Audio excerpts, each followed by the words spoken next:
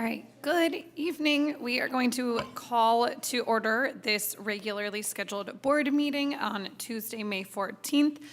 We apologize for being a tiny bit late this evening. We will now do our roll call. Student trustee Deodar is absent for the record. Student trustee Garcia. Here. Trustee Rosenbaum. Here. Trustee Khan. Here. Trustee Boyd. Here. Vice President Hopwood. President Davidson. Here. Thank you. Okay, we will now have the reading of the AUSD mission and vision statement and meeting norms. Do you want anyone to do part of it? I think I can do both. The mission of Albany Unified School District is to provide excellent public education that empowers all to achieve their fullest potential as productive citizens. AUSD is committed to creating comprehensive learning opportunities in a safe, supportive, and collaborative environment, addressing the individual needs of each student. Meeting norms: maintain a focus on what is best for our students. Ensure a safe environment for all views to be expressed, treating each other, staff, and the public respectfully. Endeavor to find common solutions to issues through collaboration without sacrificing one's beliefs in what is best for students. Make a commitment to effective deliberation, each one listening with an open mind, while others are allowed to express their own points of view, even if one disagrees. All right, we will now say the Pledge of Allegiance. Please stand and join if you would like to. I pledge allegiance to the flag of the United States of America and to the republic for which it stands, one nation, with liberty and justice. All right. The board took action on one item in closed session. The board voted to deny an appeal hearing. There were 4 votes in favor and 1 recusal. And we will now take our our approval of the agenda. Yep. So I'm not used to having us vote on something that we haven't brought up as a discussion beforehand. So I'm looking at item 12D. I would prefer if to have that as a review and discussion and then bring it back at our next meeting. I'm sorry, 12C or D? 12D, which is the selection of the Board of Education self-evaluation tool. And I think I sent that request to you and to the superintendent.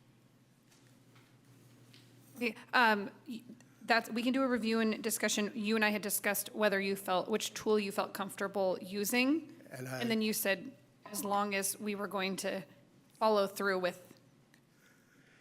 Yes, but we haven't had a chance to talk about it as a group. And I think we really need to, because I have some questions and some comments. So I guess I could make them when we get to it, and we'll see. My issue was, I'll just briefly, my issue is that we did this last year, and I believe it was done the year before. We did not do it last year because we had a new board. Yep. Okay. And the board before used the tool that we're putting up to use here. Okay, yeah, well, my question is, and it's not a big deal, but everything that's on those items, there's been nothing that I've seen in the last year that we've moved on reviewing any of them. For example, the board handbook. We haven't looked at board policies in many, many years. So it's hard for me to think about approving a process without us building in some way of evaluating it in the course of the next year. Does that make sense? Because otherwise it's just an empty I guess tool. Here's what I'm wondering. Since this is item 12D, Yeah. would you be comfortable with us keeping it as a review and action for tonight? But if we get to that point and feel like we can't have an adequate discussion, then we could table it and come back to it at our next meeting? Well, I'll be suggesting that we add some things to it to ensure that we actually do what we say we're concerned about. And we can totally do that So when we bring that in the meeting, is that okay? Instead of taking off the table that we could vote? if we agree to that, then yes. Okay. Okay. I think that's great. I mean, we have not had a discussion about it. You're totally right, and this is the time for it. So Good. we can take time on that. And we might decide to rework it before we bring it back. Absolutely. Okay. Absolutely. Now I'm comfortable. Okay, great. So do you want to make a motion, or do you want someone else to I'll say move that we approve the agenda as written. Second. All right, all in favor? Aye. Aye. Okay, so we're doing our agenda, and I've starred that item, so we are good. And Student Board Member Garcia, we will take our Student Board Member report, please. Okay, we have kind of a long one today. So for the Student Advocacy Committee, we're in the process of electing new leadership. As most of the leadership are seniors, and we're just looking for people to fill those spots. The student engagement survey was also sent out a little earlier this year, like we had planned, and we're already seeing a much bigger sample size, which is good. For AHS, the art show is going to be this Thursday from 4 to 7. It's an open community event, so feel free to come over and see what students in photography, art, and graphic design have been working on this whole year. Also, Familias Latinas de Albany is offering scholarships to graduating seniors. Apply and you can receive up to $750. They have 1 need-based scholarship, 2 learning opportunity scholarships, and 3 graduation scholarships. And if you want more information, go visit the website or email Kathy at familiaslatinasdealbany@gmail.com. Also, AHS students placed 10th nationally at the Physics Bowl competition, which is really impressive, ranking nationally in anything. Also, there's lots and lots of AP testing this week, so students are burnt out. For AMS, tomorrow, the 7th and 8th grade bands will be playing their end-of-the-year concert at the Little Theater from 7 to 8 p.m., and the 6th graders are playing as we speak. The school play Gasp will be on in the Performing Arts Center in the Annex, and it's going to be starting at 7 p.m. this Thursday. And then for Cornell Marin, and I'm assuming Ocean View as well, they're going to have like their band extravaganza at the Little Theater on May 22nd from 6:30 p.m. to 7:30. And then the Student Achievement Committee is meeting this Thursday over Zoom from 5:30 to 7:30. And that's it. That is great. Thank you for keeping us on with all of that, because I would not know about all the fun things otherwise. Okay, we will now take public comment on matters not on the agenda. If you are in person and would like to make a public comment, please line up, at least so we kind of know how many people are here. And if you're in our virtual audience, please raise your hand. Side note for everybody, our Zoom speaker may be louder in here than other times. So if we have digital or virtual comments, it may sound louder. All right, are you speaking on behalf of? Not of ATA. Okay. We're on behalf of an AUSD group called BEAR, and Building Anti-Racist Educators, which has been meeting for the past 4 years. While we look forward to hearing about and celebrating the successes of our district in tonight's presentation about the young men and women of color groups at the high school, we're concerned about a disconnect. There's a potential move of a campus supervisor from AMS to AHS, and we want to support keeping him because of the strong connections he's developed with students, staff, and families in the AMS community. The middle school has already lost Will Kaysen, and we will lose the S3 space in its entirety in the coming year. Moving this campus supervisor to the high school will greatly impact all AMS students, especially AMS students of color. As one of the very few Black adult faces that students see on the AMS campus, it's essential to maintain the connections that this staff member has developed with students. Middle school is an important time for supporting social emotional needs. While we're about to hear a really inspiring presentation about the support that's available at the high school for our students of color, moving this campus supervisor will further deplete the resources provided at the middle school.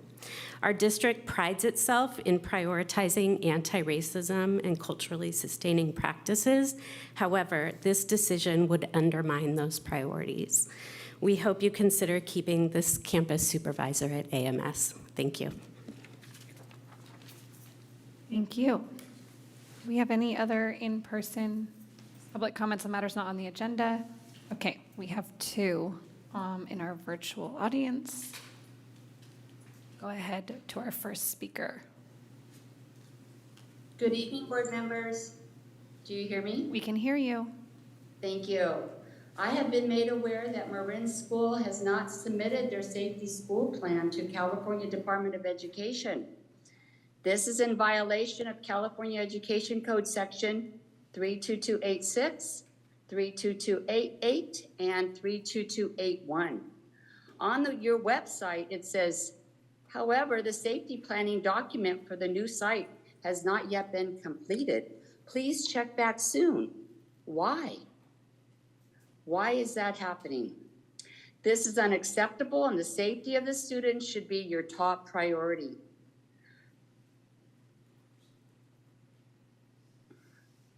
We, Also for, sorry, I kind of That's okay. ahead of myself. Also looking on the website, each elementary school shows Ocean View is from 2015 and 16, and this is not current to the new school. Cornell has 44-page safety plan, whereas Marin and Ocean Views have 8 pages and not compliant. Why has your principal, Melissa Foop, been allowed to get away with this? When will Marin School and Ocean View adopt a current safety plan? A second issue is with Marin School and the principal Foop is the emergency notification. It is known that there are individuals who have not received any emergency notifications. Why has this taken so long to resolve? You each have received emails as to the emergency notification, and there has been no replies. Thank God there has been no emergencies as of today. Thank you for your time. thank you for your public comment. We have one more speaker. Hi, can you guys hear me? Everybody says that. We can hear you. Great, Miss Patty.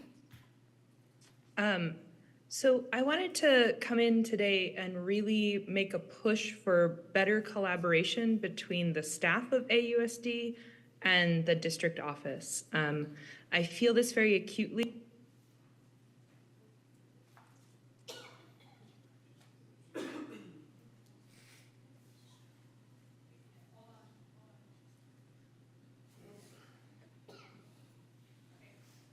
Can you try, Miss Patty, can you try speaking again? I think it went. Can you hear me now? Yep, sorry. Okay.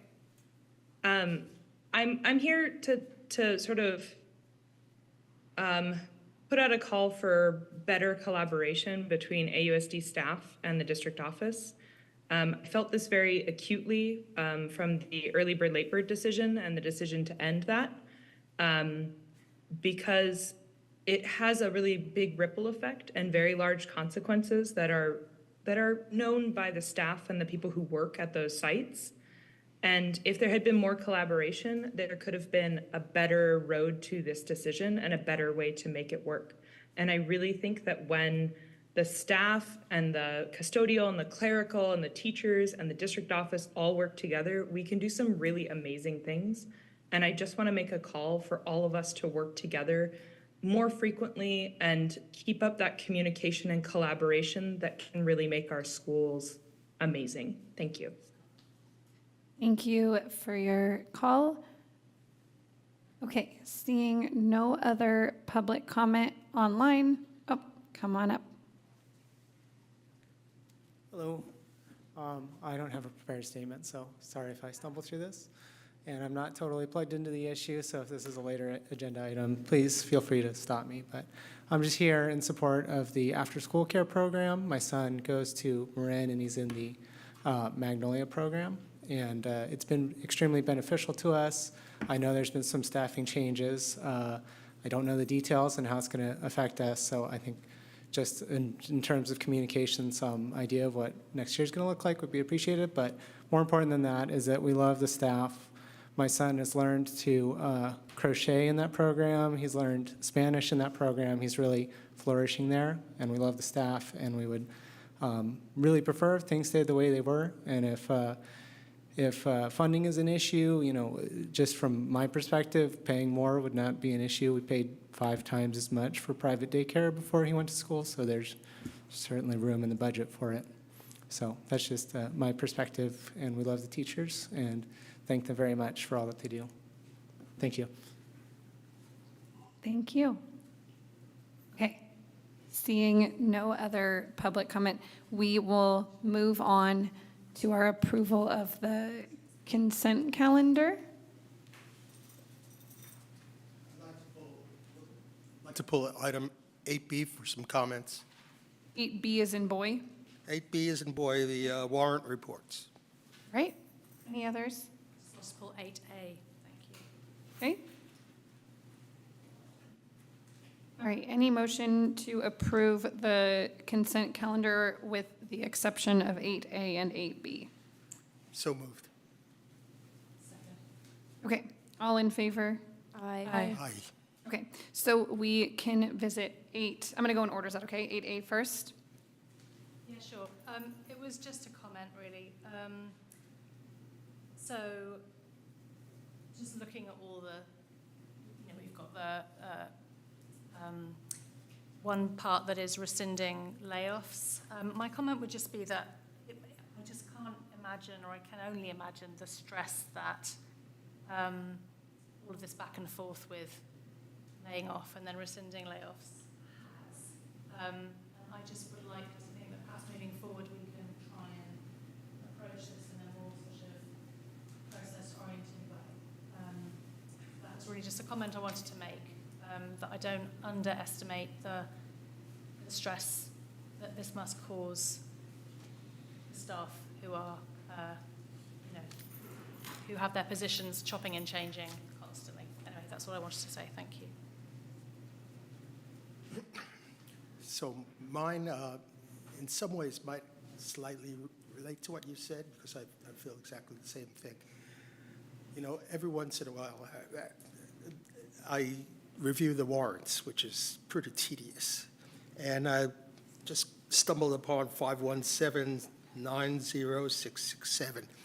But in general, these are payments we make for legal services, which are really necessary.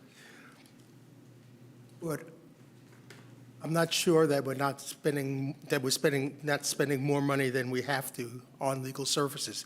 So I've asked Superintendent with a copy to you, Member Davidson, to give us an accounting of what we in total what we spend on legal services, because it's very expensive. If there's places to cut down, and we might be able to save a few more people who are making minimum wage, and have those people have their jobs. So in a way, I think that, you know, we should have more attention to things that we're spending money on and making sure that the board approves. It seems to me that with somewhat of a history that we're just doing more work with the legal than I've ever experienced. So I think the board needs to decide whether every single penny of that is necessary or not. If it is, then it is. But I think that we've never really looked at that. So, And Trustee Rosenbaum, I can get you that information as well as to the entire board. But I do want to remind the board that during this time, when you are having layoffs, you will have to have legal services to assist you in that whole process. I It's understand. a process. But I do hear what you're saying, and it is a concern, yes. Yeah. There are some things that possibly we can do in-house. You know, and I'm not talking about the layoffs. What I'm thinking is just saving money so that we don't have to lay off as many people. Okay. Thank you. You're welcome. Thank you for your quick response. Okay. Anybody need any other clarification, or do we want to move to approve items 8A and 8B on there, or do anything else? Move to approve items 8A and 8B. And I second. Okay, all in favor? Aye. Okay. So the consent calendar has passed, and we will now take our staff report on the Albany High School Young Men and Women of Color Advisory and Mentoring Programs. Yes, and I'm going to turn this over to Dr. Shin, and I just want to say how appreciative I am of Mr. Carson and his fine team to provide this type of leadership to our students, and I had the opportunity to meet the students before they left to go to Atlanta, and I was just impressed with everything, the program and what you're doing. And so I just want to give a shout out to not only you, but also to the students. And so I appreciate all of you. And I want to say I appreciate the women who stood up and say we need something too. And I applaud the board for making this happen. So I just want to say thank you, and I turn it over to Dr. Shin. Thank you so much. Line up. Okay. Right. Bringing down the house tonight. Okay. Right. Good evening, Board Trustees, Superintendent Evans, District Leadership Team, Albany educators and community. Thank you so much for this opportunity to share information about our Young Men and Women of Color Advisory and Mentoring Program. It's truly my greatest pleasure and privilege to be a part of this program, this presentation, and this team of phenomenal mentors, as well as our young kings and queens who stand before us tonight, who will be presenting with me. Please give them a warm round of applause.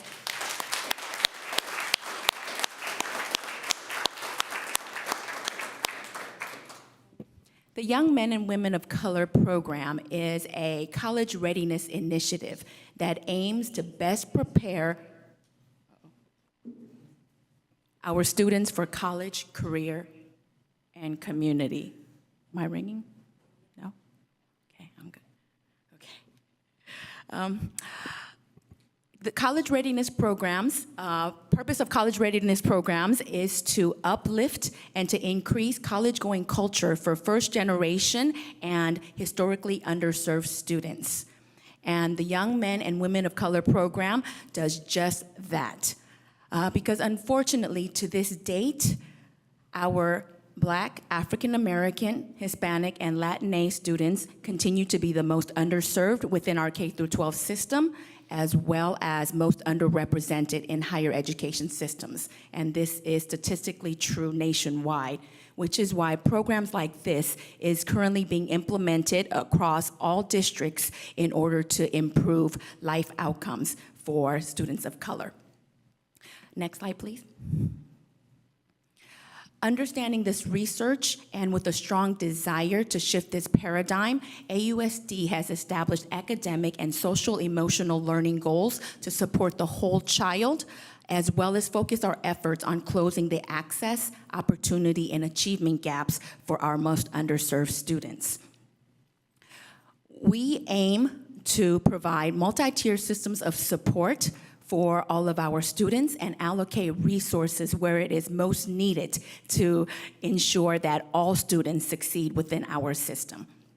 It is imperative for all of us that we are allocating resources at each and every single levels to make sure that our students achieve success in our secondary school, post-secondary education, as well as in their careers once they leave us.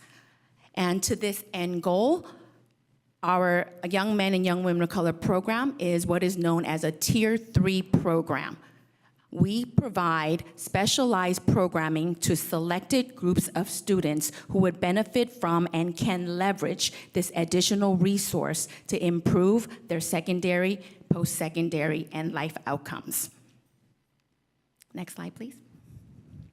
With that being said, I am so excited to be able to introduce the mentors of our program. Currently, we are serving 20 kings in our Young Men of Color program and 15 young queens in our Young Women of Color program. Not all of them are here tonight, but as you can see, many are here to represent as well as speak about their experiences. But before I turn it over to speak to their experiences in the program, I would like to introduce our mentors. Starting with Mr. Will Kaysen, who serves as the lead facilitator of this program and as well as the wellness coordinator for the high school. And then me, I have the privilege of serving as a co-facilitator and a mentor. And we also have Mr. Jim Pierce, who serves as assistant principal and mentor. We also have Ms. Teacher Grogans, who is the lead counselor, who could not be here with us tonight because she has to be at her baby's performance, her own child's performance. And we also have Ms. Camille Fisher, serving as Safe and Inclusive Schools Ambassador at the high school, at the middle school. And last but not least, Mr. John Paulding, who serves on the AMS campus.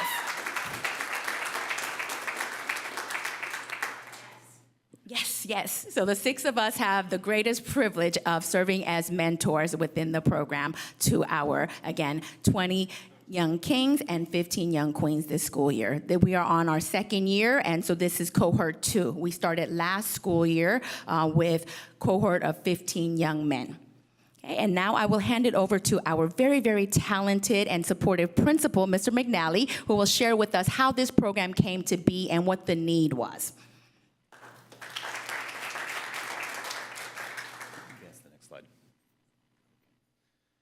So this program came about from a recognized set of needs in Albany High School. Albany High, like many schools in the country, a lot of our African-American students or black students don't feel connected to school. And we see that come out expressed in many ways around attendance and behavior and also academics. And so we saw really acutely, and I saw as principal, that many of those students didn't feel connected and a part of our school community. And their behavior reflected that. And with the leadership of Dr. Wells, who really spearheaded finding the resources to go ahead and do this, over the summer of 2022, we started planning how to implement this program, which started then in the fall of 2022. And during the 2022-2023 school year, we started with the first cohort of students. And the goal really was to create that meaningful sense of connection, that place of community within the school that the students could call their own. And while the focus really was on building community, it was also about building those skills necessary for post-secondary success for those students. And a little bit later, I'll dig into some of the preliminary data that we have about the effectiveness of the program. We've only been going for about 2 years now, but we're already seeing significant improvement in quite a few individuals as well as the cohort as a whole.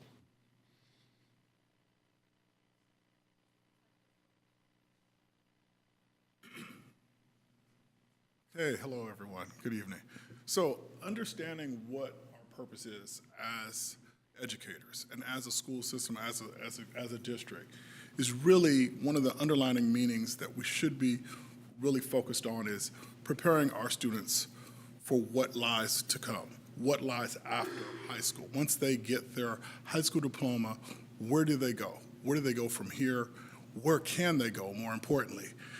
And one thing we have noticed about our students was everyone understands the concept of college or understands the definition of college and the university and higher education, but they didn't have a way to really see themselves on a college campus, see what a college campus looks like, how it feels, how students that are just a year or two older than them look and move, go to class, the challenges they have, the things that they're successful in, hearing those voices.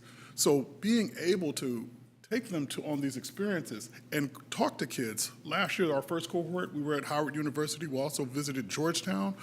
It was amazing. But talking to kids that were just 1 year out of high school was so impressive that they could actually start to visualize where they could go, where they could see themselves just a year away or 2 years away. It's not that far off, it's not that difficult to actually access. Because it's college, the university, post-secondary education, the concept can be intimidating for our students. And this program is designed to help reduce that anxiety and allow them to access and think about their future. Thank you.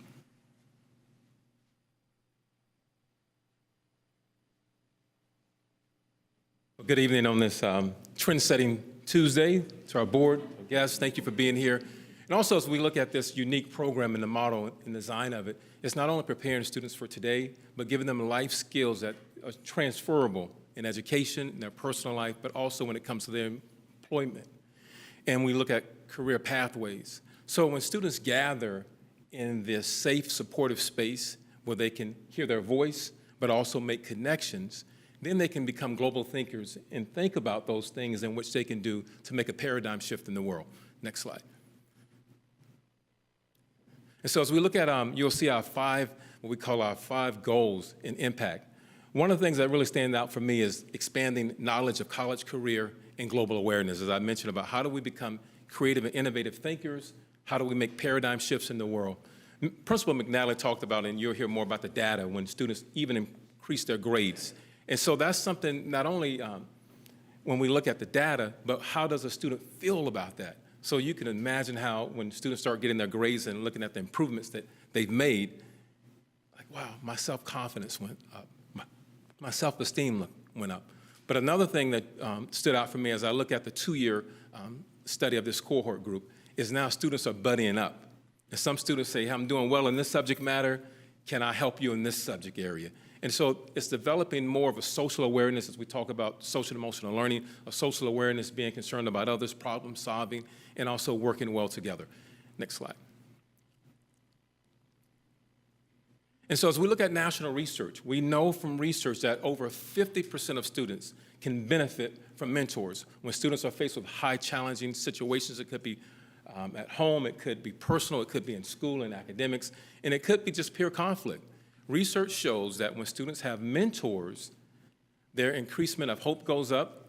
When it comes to challenging situations that they're faced with, those things go down. And so as we compare and look at the alignment of our program, Young Men, Young Women of Color Mentor and Advisory Program, we see that we're aligned with national research.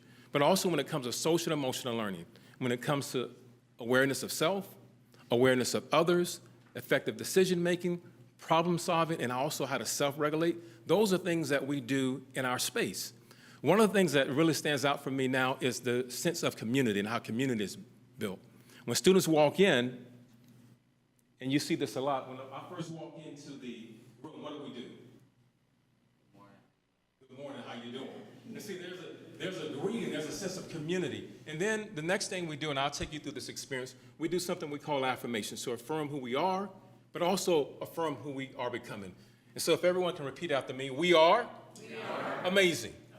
We are bold and beautiful. We're courageous and confident. And the next thing we do some type of mindfulness. So everyone just inhale and raise your arms. Hold it, 1, 2, 3, exhale. Inhale again. Hold it. Exhale. And so we know the importance from research when it comes to social and emotional learning.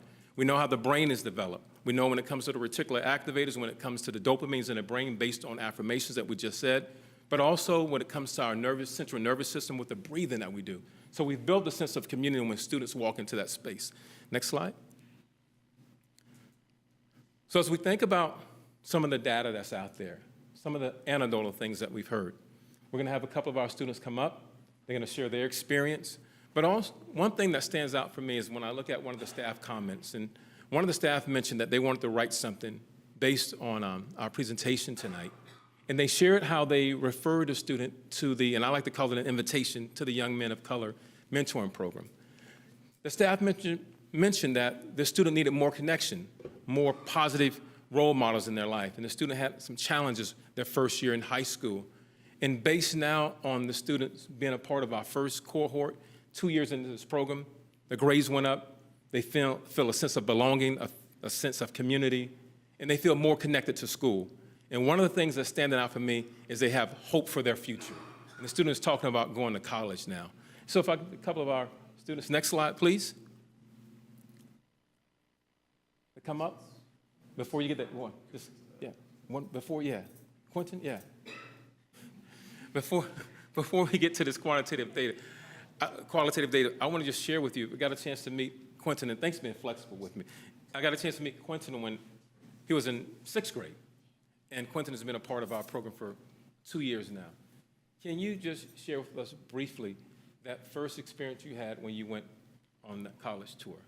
Would you share it with me? My first experience going on the trip, it really gave me like a different perspective to HBCUs because it wasn't really in my, it wasn't really at the top of my list to apply to HBCUs, but when I see how others of like my skin color interact with each other and how they greet each other. It gave me a different perspective, and now I want to apply to them. Thank you. So as Principal McNally comes up, how this segues into the things that he's doing academically, personally, and socially to connect to reach his overall goal of college. And when he was in the 7th grade, he wrote this card out, and he kind of laughs when he does this. He wrote this card out for me. He said, one day I will go to college. And I still have that card today that he wrote on a 3x5 index card. So as I turn it over to Principal McNally to talk about the data and the things that we've seen at the high school.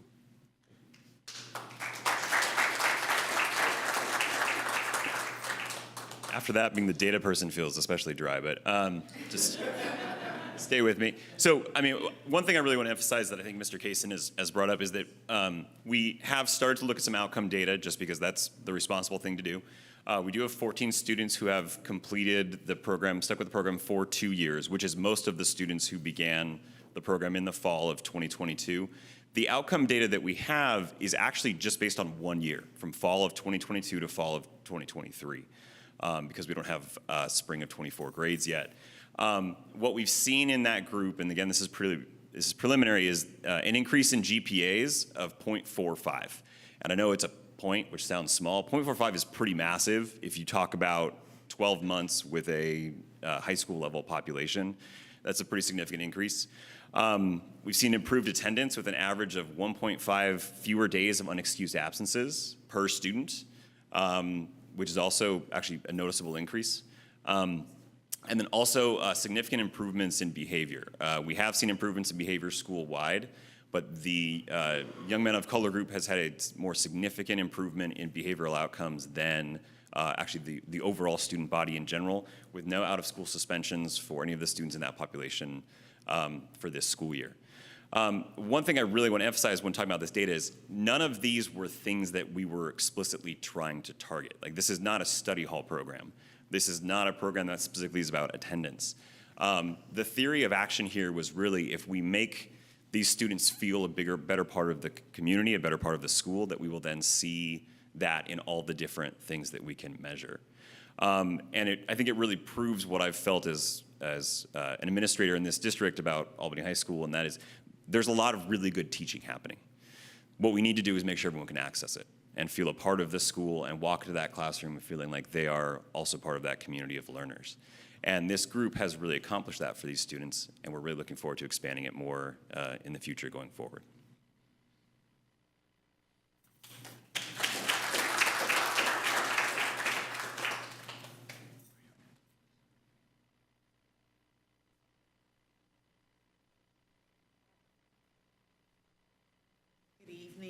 Hello, everyone.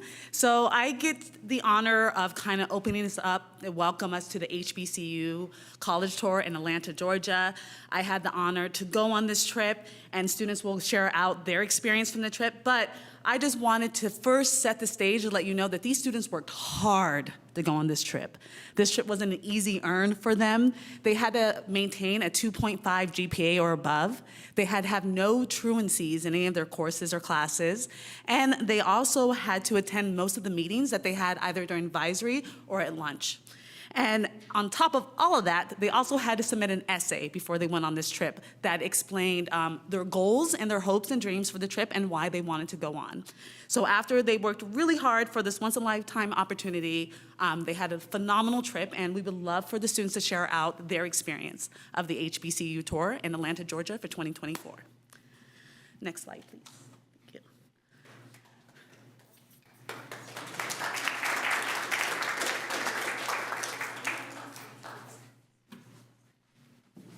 Hi, my name is Mariah. I'm a senior. My name's Riza. I'm a junior. And now we're going to share some stories from some other people that couldn't attend in our group. And then after that, we're going to share some of our stories from the Women of Color group. Someone writes, after attending the college tour, I am focused and have a main goal to attend college. Another one is, I was still determining what I wanted to do after high school. I am grateful for attending the college trip and appreciate the AHS mentors who coordinated it. I am clear about the opportunities college can offer me, and I had a great time and fun. Someone else writes, I will follow up with people we met on the tour and ask college-related questions. We also have this trip was amazing and I am motivated. Someone else writes, I like the diversity of the schools. There was a brotherhood at Morehouse. I like the presentation and sports complex at Georgia Tech. And I am thankful for being able to attend the college tour, and I will make a commitment to being successful. Okay, so the Women of Color group really brought me some stability at this school. I am a senior, so I'm graduating, but going through the 3 years without the group, even though my grades were good, I did feel like there was no sense of community for me at the school. And now that I'm in the group, there's always an adult I can talk to or someone that I can lean on when I need help that looks like me and has also been through similar experiences as me. And I really thank you all for really implementing our group into the school. Basically the same as Mariah said. I've been in Albany since kindergarten, so I've gone through everything that basically she's gone through, and I feel like just having this group for young women of color and the men of color, you kind of get to meet new people that you would have never talked to if you just saw them in the hallway, and you get to have a sense of community just seeing these people and being able to meet with them, even if it's just once a month or once every 2 weeks. And also the college tour, although I didn't go to this one, a bunch of my friends did, and they said it was really helpful. I mean, one of my friends got contacts to one of the schools she's been wanting to go to, and I feel like just being able to have the opportunity to go to these college trips. I did go to the one to San Francisco State last year, and just getting all the information that I needed and being able to see the school and learn about the school was very helpful, and it kind of helped me broaden my college choices. So, Next slide, please.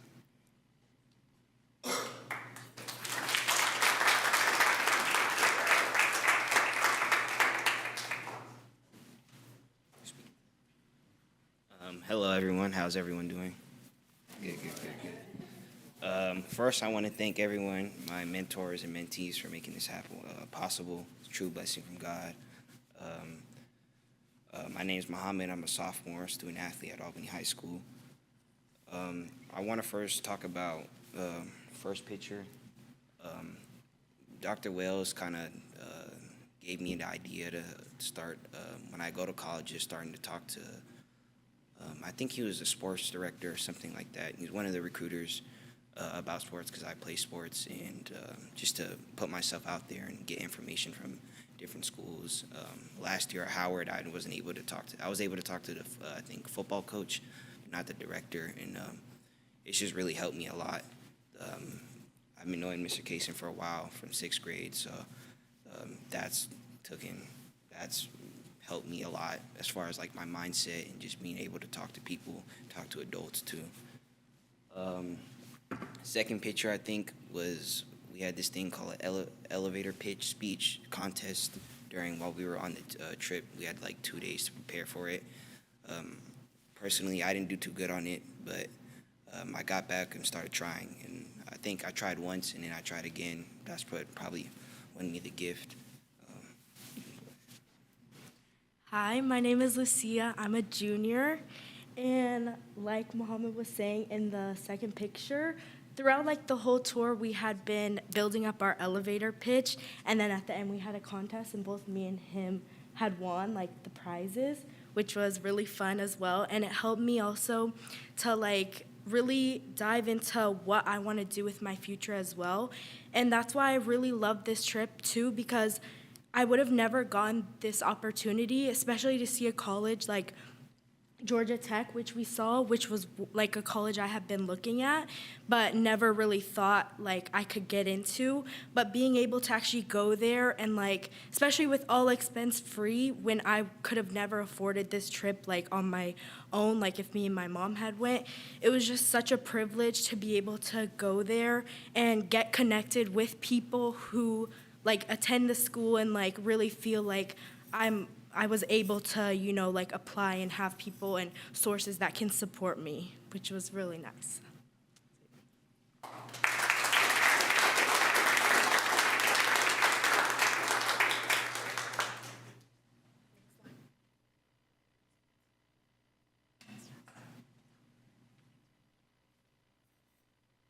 Hello again. My name is Quinn Lloyd. I'm an 11th grader.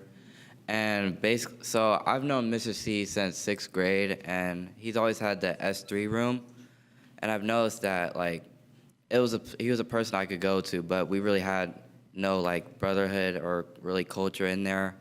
And I feel like since he started it 2 years ago, that really created, like a unity and community in there, and having people I could talk to. And also, we've also had multiple guest speakers come in that's also taught me a bunch of life lessons and valuable things I could use in life. And this group has done a lot for me.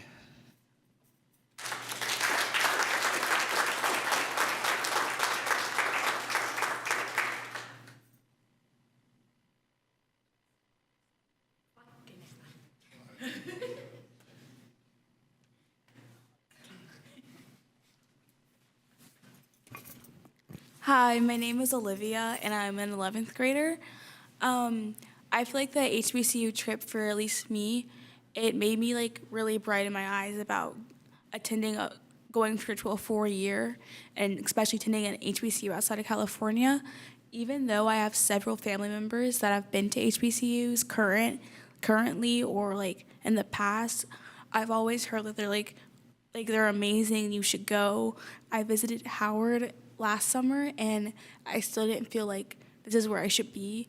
After this trip, I felt like, after experiencing like more of a HBCU experience in Atlanta, I felt like more of like a sense of community and like a sense of belonging. And I feel like the Young Women of Colors group, especially now, has felt like I have somewhere I can be and talk to, because I've also been going to Albany school since 3rd grade.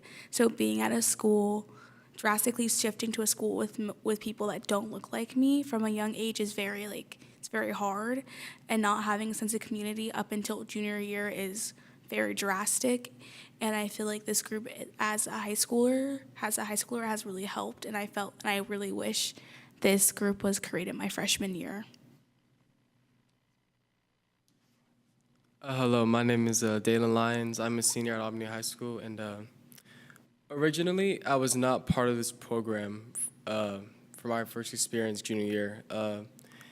They planned to go on a trip to Washington, D.C., and my brother was originally part of the group. So one of the staffs that used to work here, his name is Mr. Jackson, he gave me an opportunity to come with them and tour some colleges. I didn't think anything of it because I wasn't really focused on the colleges. I was focused on maybe visiting the Washington Monument and maybe visiting the African American Museum and just hanging around with these group of kids who go to the school. But when I first visited Georgetown University, that was my first college tour ever in my years of growing up. And it was a great experience. I walked around the school, and I wasn't feeling it personally, but I thought it was a good opportunity. But then we went to Howard University, and I talked with our tour guidance there, and I met some people who go to the school, and they gave us some great advice on focusing on school and being successful in life through college. And it opened many doors in my life through opportunities of becoming a successful young man of color. And the Atlantic trip, I would say it also opened many doors in my life. Because originally I was not planned on going to college. I was focused on more community college-wise, including now, but I wasn't sure about what my 4-year college would be in life. But through these past tours, I have great experiences, and I would say that this would be a great opportunity to last generations upon generations for people of color to experience. Hi. Oh. Hi, my name is Riley, and I'm an 11th grader. So this college tour was kind of an eye-opening experience for me. I got the opportunity to go, and I also just joined the YMOC group this year, and I'm really grateful for this opportunity because at first I didn't plan on going to college outside of California, and thankfully to Mr. Kaysen, I now want to go to Spelman, which is one of the colleges that we did tour, and I think this whole experience just helped broaden my choices of college, and it was just really helpful for me.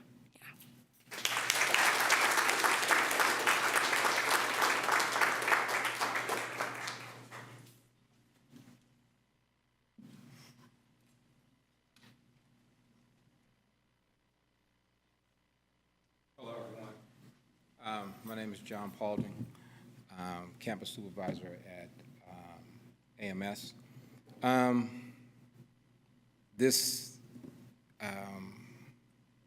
Dr. Wells, I called the arena and had them, excuse me.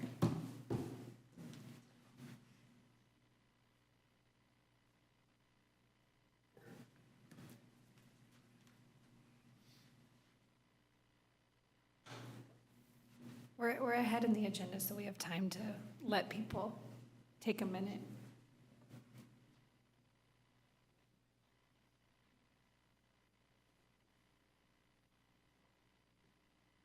Excuse me. Dr. Wells is my best friend. And he started this program because he didn't have the opportunity when he was coming up. So he always was a person to give back to kids that didn't have the means. So I had them put that sign up for him in honor of the program. One thing I must say is last year there was a student, for some reason we were at Howard University and we were just eating in the cafeteria. So I went upstairs, I went next door to get something, and I saw all these kids standing around.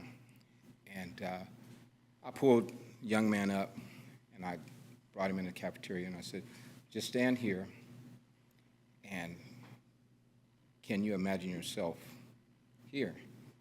The reason why I did that was because he was very attentive in everything that that we were doing on the trip. He wasn't in the mix like some of the other kids. And his brother was also on the trip with us as well. But I had him stand there for about 3 minutes. I said, just look around, just look around. And the other kids in April, you already know who goes to your school and who doesn't. So they were looking at me like, who is this, who is this? You know, he's tall and everything, thinking he's a new recruit or whatever. So we were leaving out, and I said, look at those guys over there at that table. He's like, yeah. I said, they're all freshmen. He says, how do you know that? I said, these 6 guys, all these people over here, and they sitting over here by themselves, they're trying to get to know each other and figure things out. I said, that's how I know. So we left, and we went back, and we were in the airport on the way coming home, and he looked at me, he says, Mr. Johnny, he says, I'm gonna do better, because I want this. And now, he told his brother the same thing. He says, I'm on a different level. And from my understanding, he wasn't on the track to go to college. I got word this year that he's been accepted to Arizona State. So just that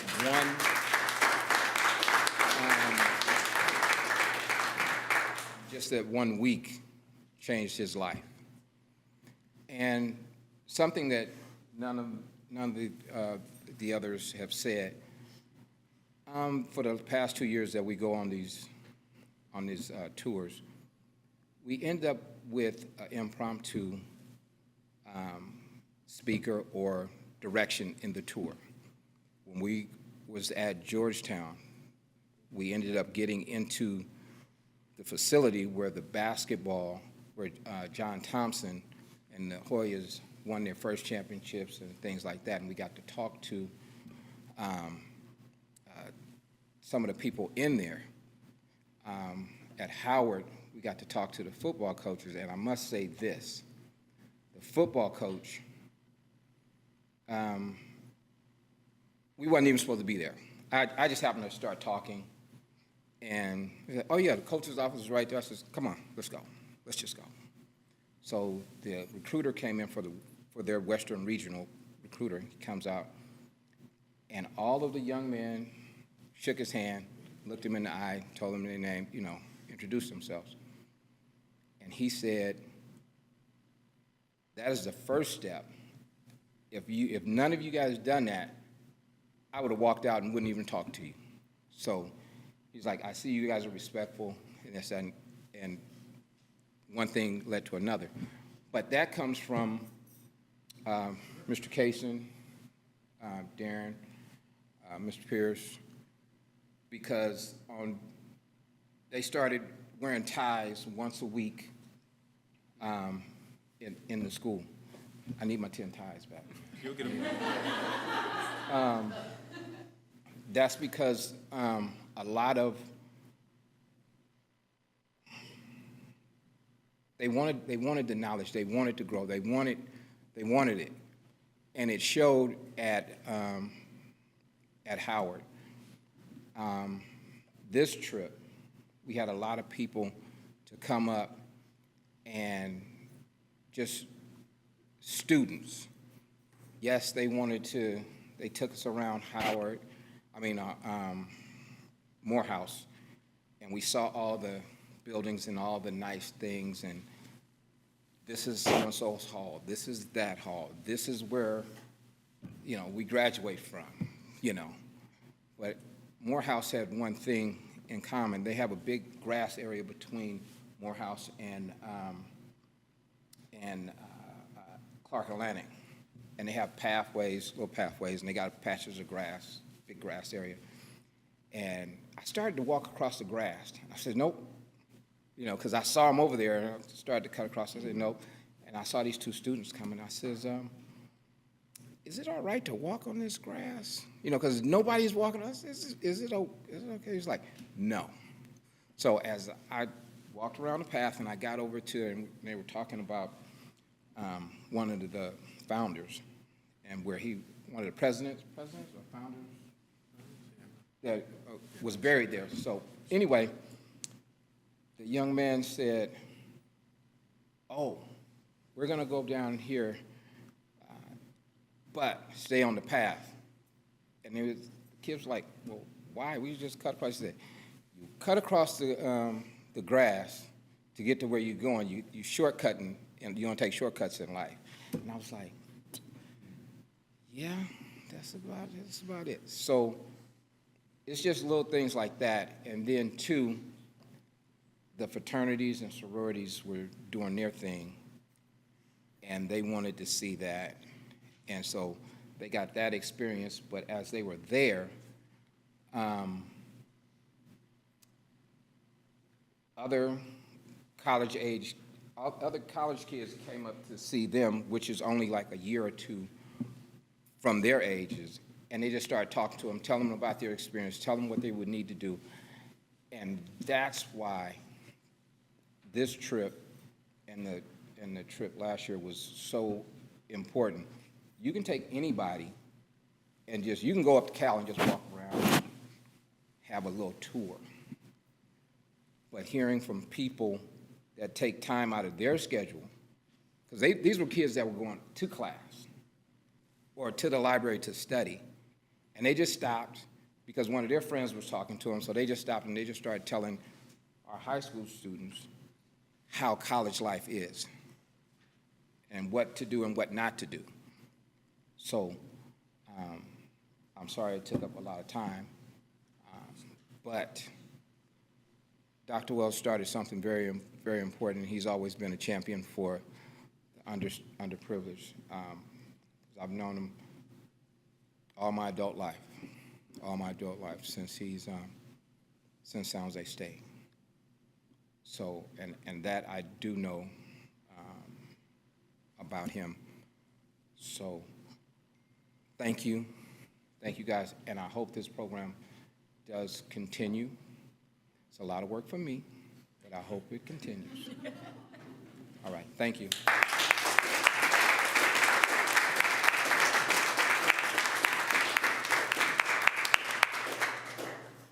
So I want to thank you again on this trend-setting Tuesday. And as we got through this touching piece from our students, you'll get a chance to see we had something called Game Night, where we invited community members, business owners, entrepreneurs, students from other colleges to come in. And it was almost like what we call like a family night. And so students were in different tables and played games, card games. We played Connect Four, dominoes, and had food. And it was another way that students can work on bonding. And so as you see, we believe our students will succeed, and we know that they'll make a remarkable contribution to this world, and they'll leave a lasting impact. So we want to thank you for your time on this. We call it the trailblazing type of Tuesday because we're blazing these trails. And thank you again, audience. Thank you again, board. And we've had a great time. Thank you.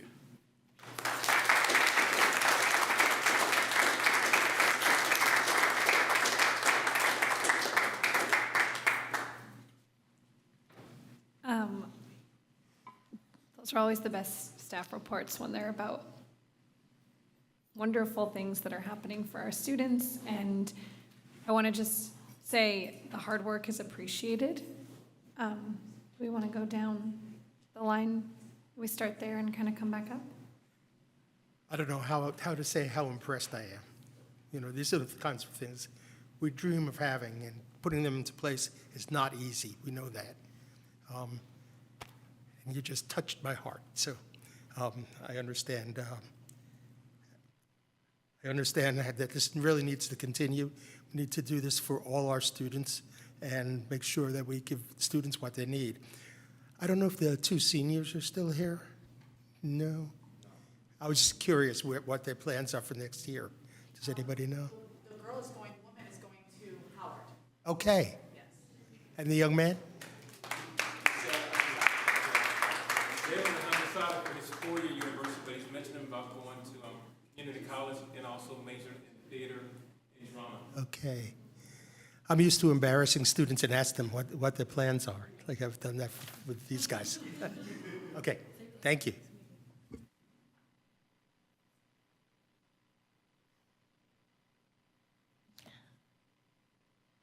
I wasn't ready because I thought I wasn't going to be talking now. No, it's okay. I want to acknowledge Dr. Frank Wells, because this was his vision and it wouldn't have happened without him. It's just, it's really easy to sit and see problems and complain about problems, and the problems that we have here in Albany, most if not all of them, they exist all through the country. It's not just here that they exist. But the fact that they exist through the country is not a reason to not do something about them here. And he saw issues and ways that we needed to support our students. And everyone's story is different, but I know a little bit about what it requires to walk through a space where you don't feel like you see yourself. And I want to just celebrate and acknowledge the students who have the fortitude and the commitment and the drive and the grit and the backbone to just keep coming back, and the hope to think that things could be better, and to think that there's something that's worth giving your extra time to, and writing your essay, and just believing, just hoping, just imagining that maybe there's still a chance for things to improve, and not giving up on a situation, even when there's problems, things that are stacked against you that weren't your fault and you didn't put them there, but still having hope and having faith and believing that things can be better if you dedicate yourself to it and you open yourself up to it. That's not an easy thing to do, and I celebrate it and I acknowledge it and salute it. And I celebrate and acknowledge all of these mentors who spend your time and your heart and your energy to nurture in addition to your 9 to 5, you know, like to put your extra time and energy and to always be there, to be someone who reflects back to these students, no, you're not making this stuff up, and no, you're not crazy, and these things are not your fault, and you're being given a world that is imperfect, but we still got to do the best we can, and we're not going to just lie down and give up. We're going to keep trying, and we're going to keep building, and we're going to band together, and we're going to do the best that we can, even when we're given something that is not right and is not fair and is not good enough. We're still going to keep being persistent and keep grabbing everything that we can and taking all of our successes. And I just really appreciate and honor all of the time and energy and work that goes into supporting our students and seeing imperfections and not just becoming discouraged and you know, throwing your hands up and saying this is never going to get any better, but really like rolling up your sleeves and pitching in and working and trying to figure out how do we make a way out of no way. And I just, it's so incredibly important to have this program in place, and I honor those who had the vision to have it in place. And I wish that he were here to see this presentation, but he had the vision and knew what this was going to be and what it needed to be. And I honor him and his vision, and I appreciate and just respect so much all of that you have all put into this program and your continued persistence and strength to keep going and keep building and growing. Thank you for being here tonight.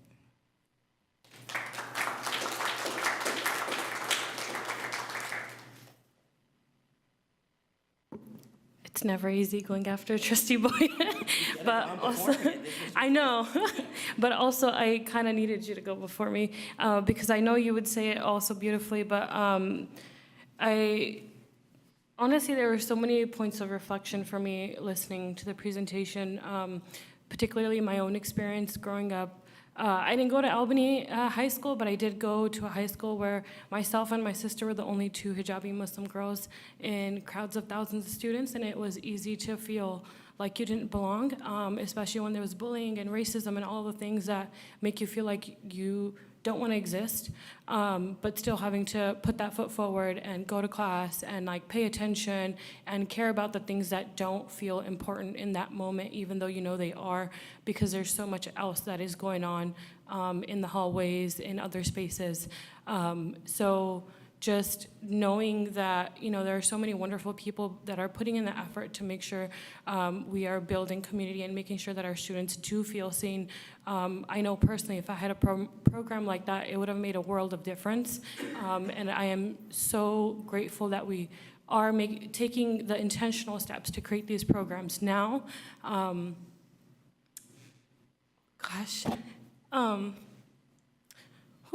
don't know. I was not expecting this. It's just, I really am so grateful for everyone that's putting in the effort to make this happen, especially the students themselves, because when you are facing so many different odds, it's hard to want to put in that effort when so many things that are outside of your control are failing you. And honestly, you can have the best programs in the world, but they are not going to make the difference if you as an individual are not putting in the effort. And it's you guys as individuals that are putting in that effort that are making this happen. And that's why, you know, it's going the way that it's going. And it's two-part, you know, like the adults are doing their part and you guys are doing your part, and that's why it's happening the way that it's happening. I am honestly so proud of each and every single one of you.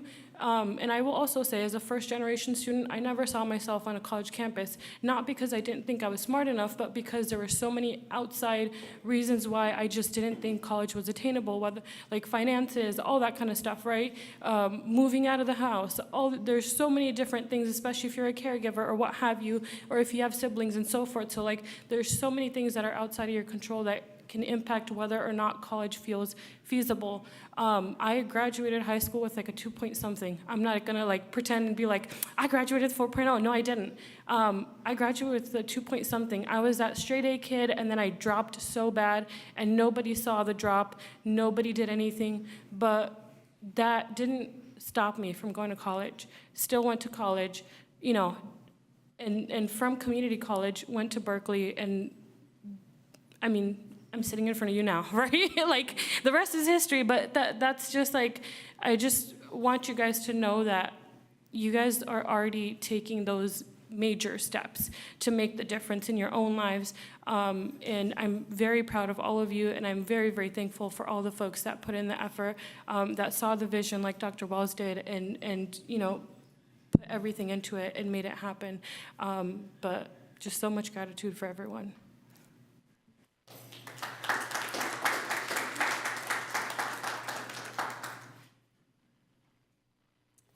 Can't really add anything. I just want to say that I'm grateful for Dr. Wells' vision. I think this is one of his legacies. I appreciate all of the mentors and all of the students in this program, and I'm proud to live in a community that values this. I think that's really important. So thank you so much, all of you, for being here.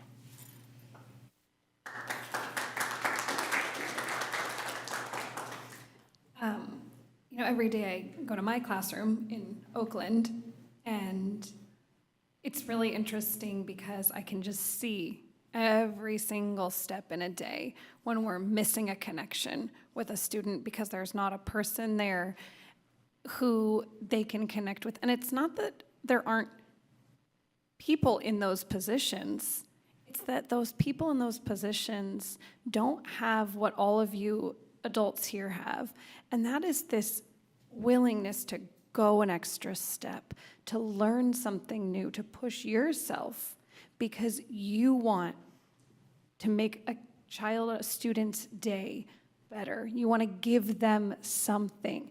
That is what Albany has, and I want to really appreciate, because I think, you know, I've watched over time as some of you have joined Albany and changed positions, and I think that Dr. Wells had a strategy, and I can see it in this presentation that he was really thoughtful in this, and there's a team, and the people benefiting most are our students and our community, and I can't wait to see what all of you are going to do, because when you were up here speaking, all I was thinking was, wow, we're going to see that one on the news, or we're going to see you in a classroom, or we're going to get a response that this one won an award. Like, this is so exciting. And I just wanted to really appreciate that our team is willing to take that extra step, because it's not what's going on everywhere. So thank you. Much appreciated. One more round of applause. Okay.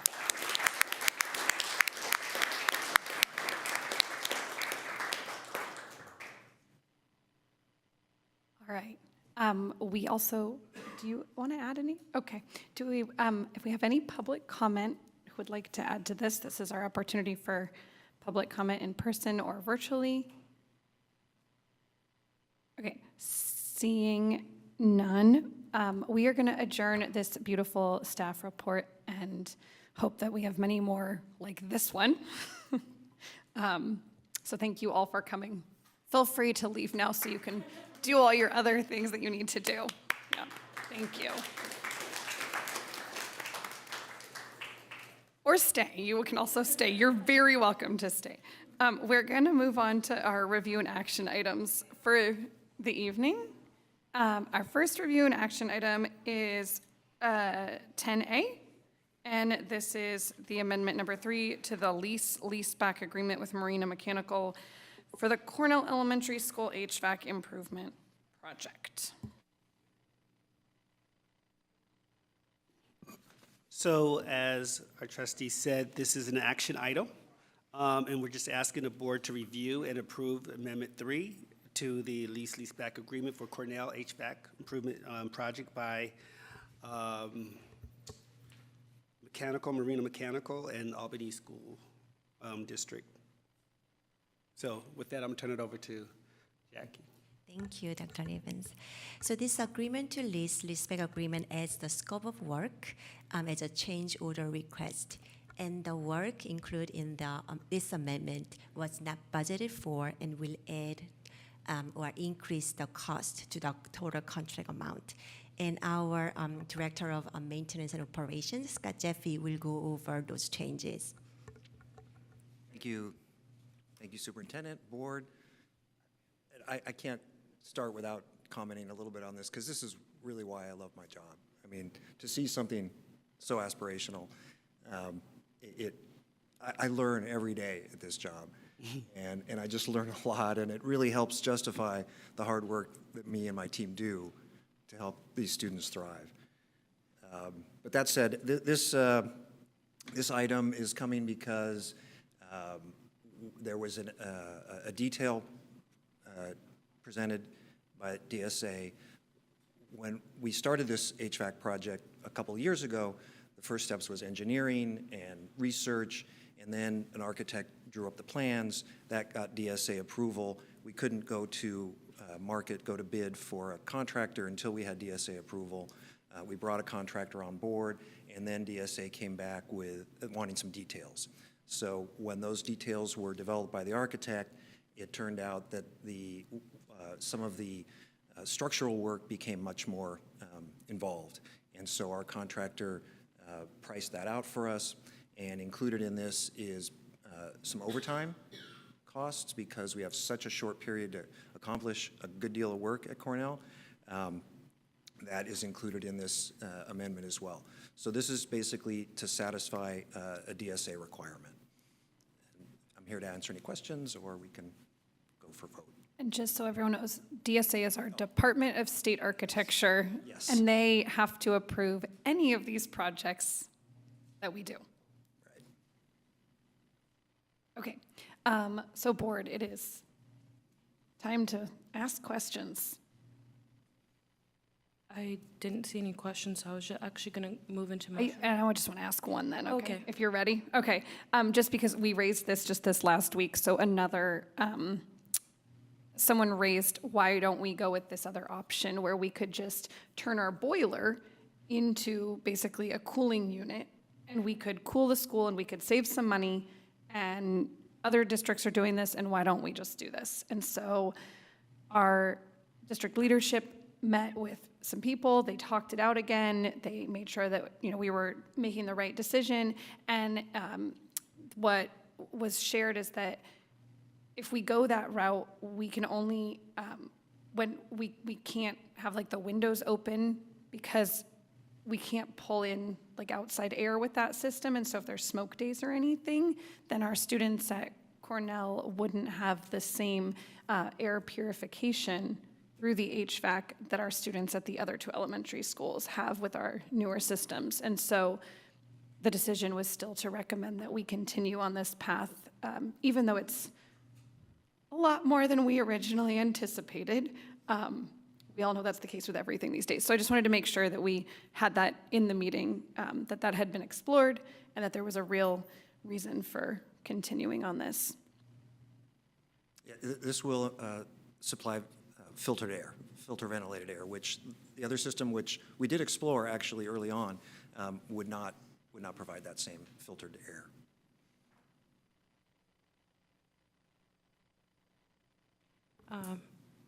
Thanks for asking that question. But I will move to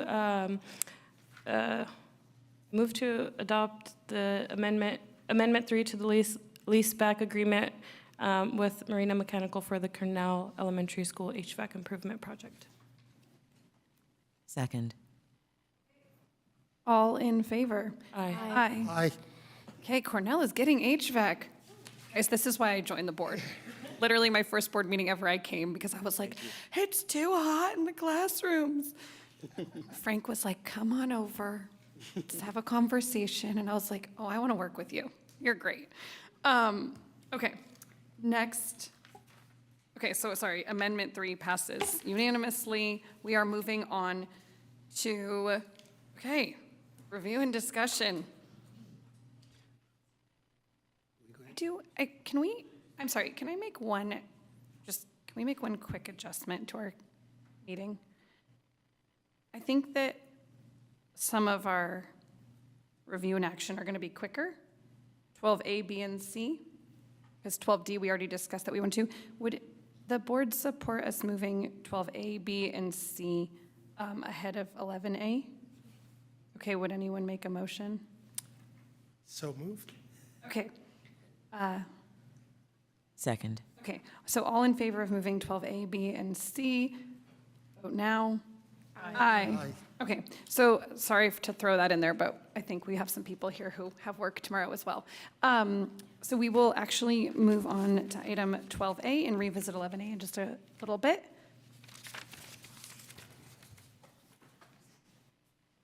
Go, go, go.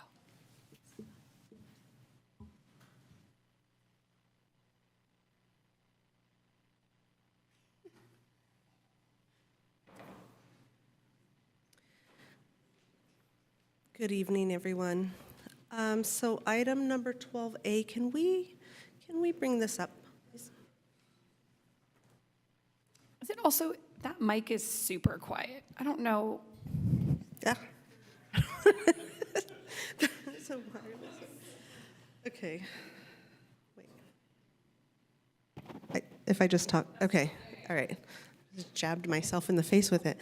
Okay, oh. Are we able to see? Okay, here we go. So this resolution, this is bringing back an item, part of an item that the board saw on March 7th.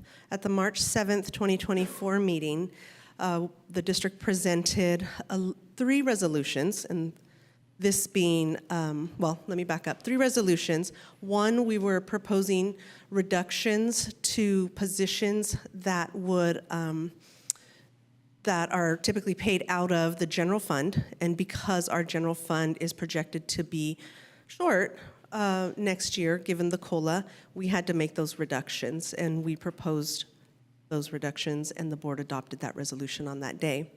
There was a second resolution, one that pertained to the Albany Children's Center, and at that time, what we were looking at was a budget shortfall also for the Albany Children's Center, which is a different fund from the general fund.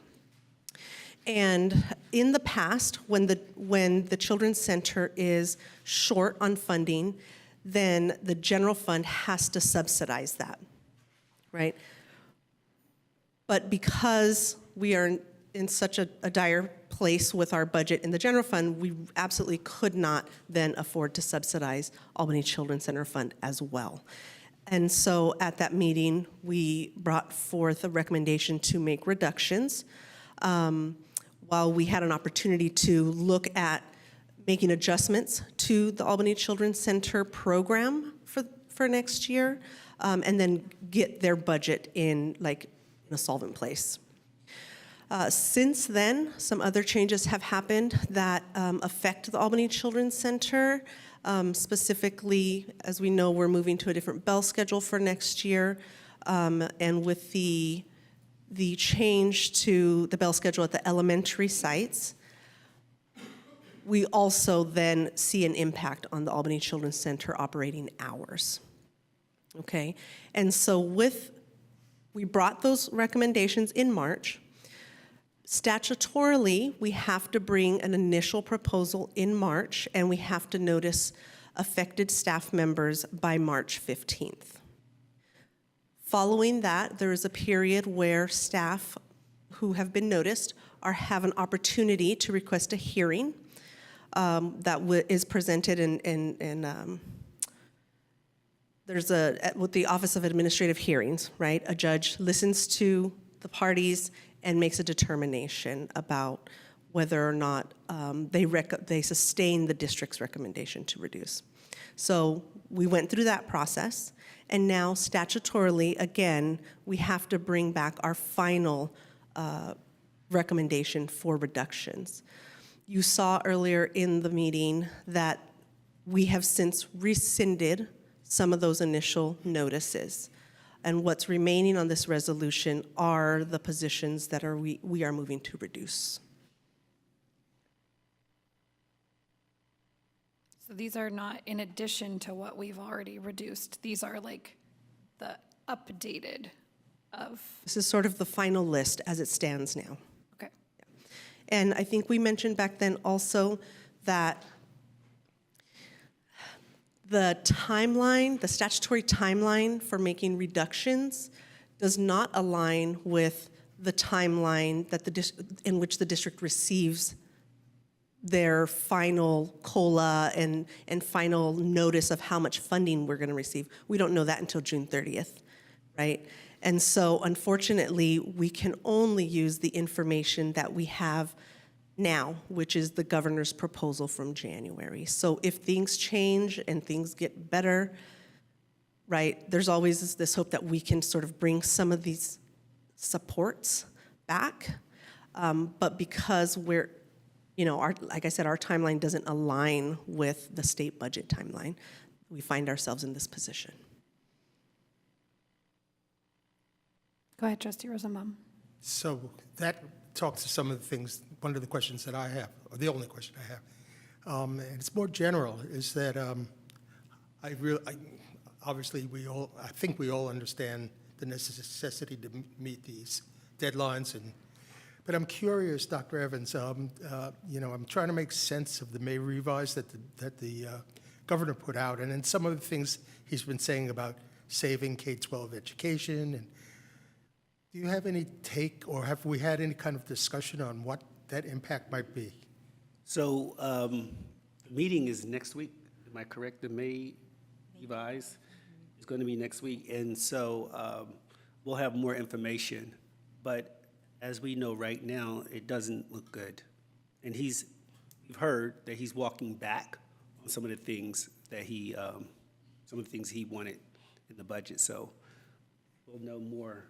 Every day I see him walking in a different direction. And so, it's got to be confusing for us all, especially we all have to make these decisions based on what we know about our budget.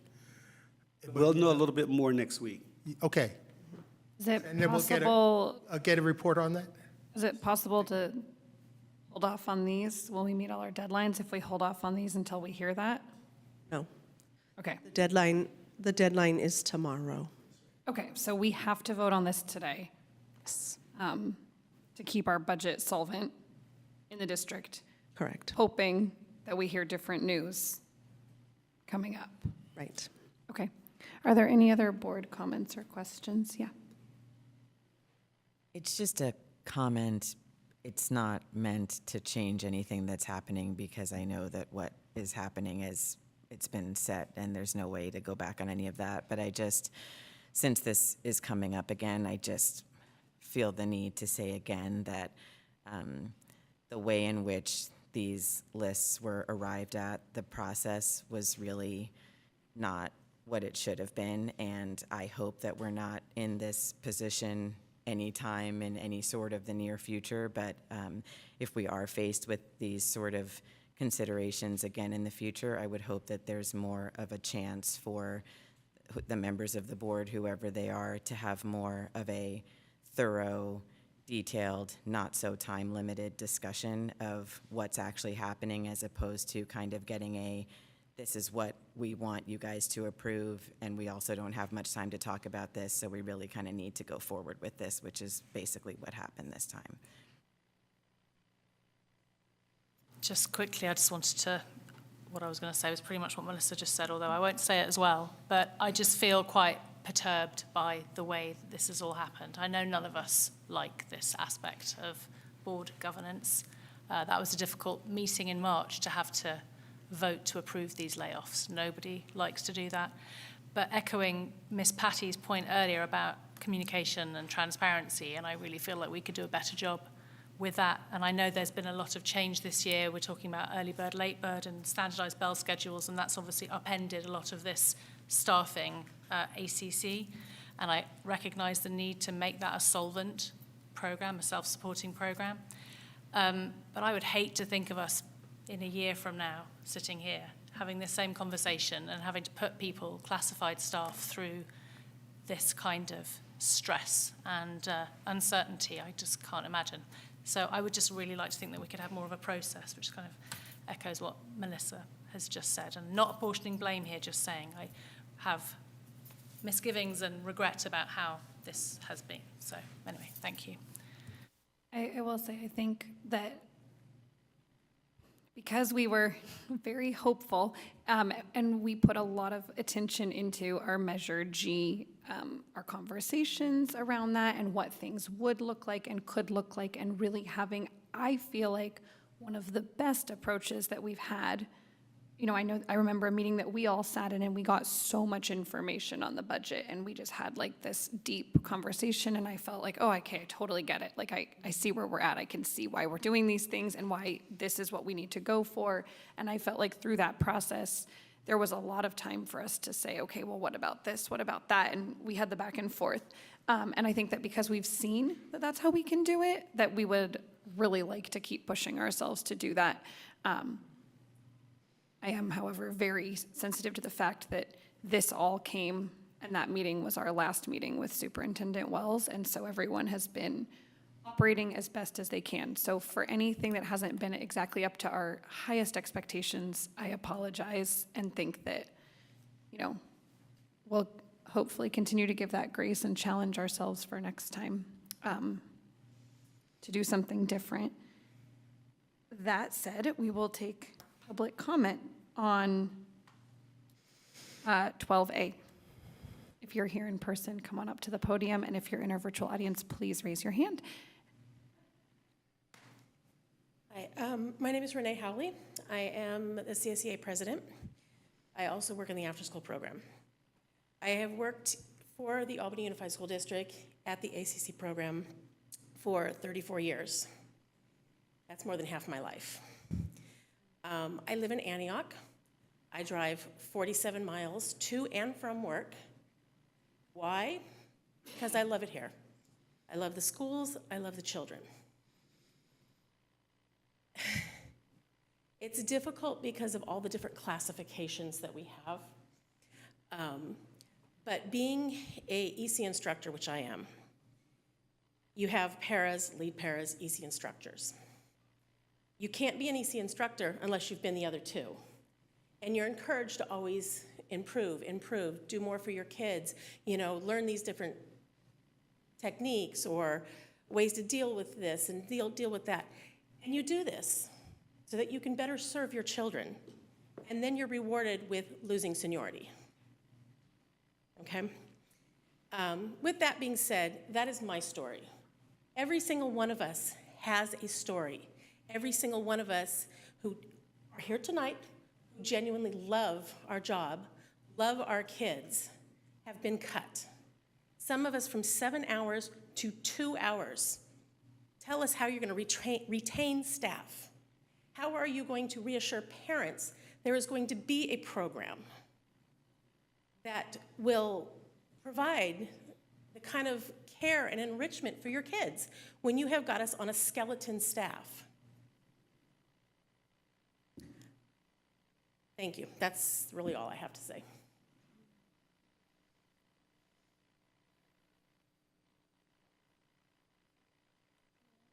My name is Elizabeth Lamoureux. Like many of the paraeducators and support staff in this district, I'm an immigrant, and I think I'd like you to reflect on that. A lot of the people who work for you are immigrant, and it's very important that they have jobs.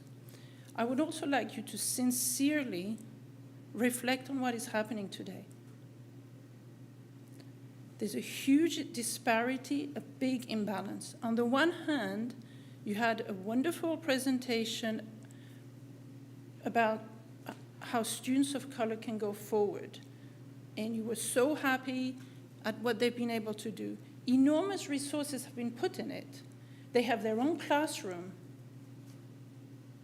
I hope you understand that. They have their own classroom. They have traveled. Money has been put into that, and yet you're willing to let go of people who work for students. I do not understand this disparity. I really don't. The staff you're willing to let go are essential. We are invisible, and we are seldom celebrated. I hope you understand that. We are invisible. There's very few people who thank us. At the end of the year, parents thank who? Thank the teachers. I have worked for you 10 years, and I can count on the fingers of my hand how many times a parent has thanked me. And yet, I am the one who often, I'm not allowed to use the word teach. I have a PhD, but I may not use the word teach. I help, I assist, I support, I guide, I do all these wonderful verbs, but I do not teach. I'm not allowed to do that. Fair enough. And yet I do all these other things. And my colleagues, some of them are losing their jobs because we are invisible. We help students in need, but we also help the general population students. How? Because if you have a student who doesn't want to be targeted in the classroom, I know I'm over my time. Please allow me. This is very, very serious. We'll do 30 seconds more. Thank you. Thank you.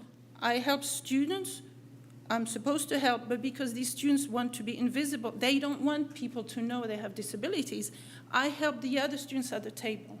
So I have top-level students coming to me for math and other students, and yet you're willing to let go some of my colleagues. We really I do not understand the appreciate disparity your of what is comment. happening today. We really appreciate Thank your you. comment this evening.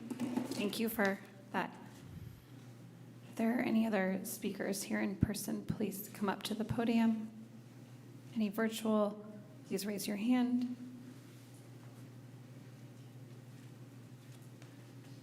Hi, I'm a little late today. I haven't been to one of these meetings before. I was trying to do a crash course in COLA and LCFF. I don't understand it. I'll be the first to admit there's always layers of complexity that I don't understand in any situation, but it does break my heart because Renee and Vivi and Sonia have been wonderful for my kid at Marin, so that's all.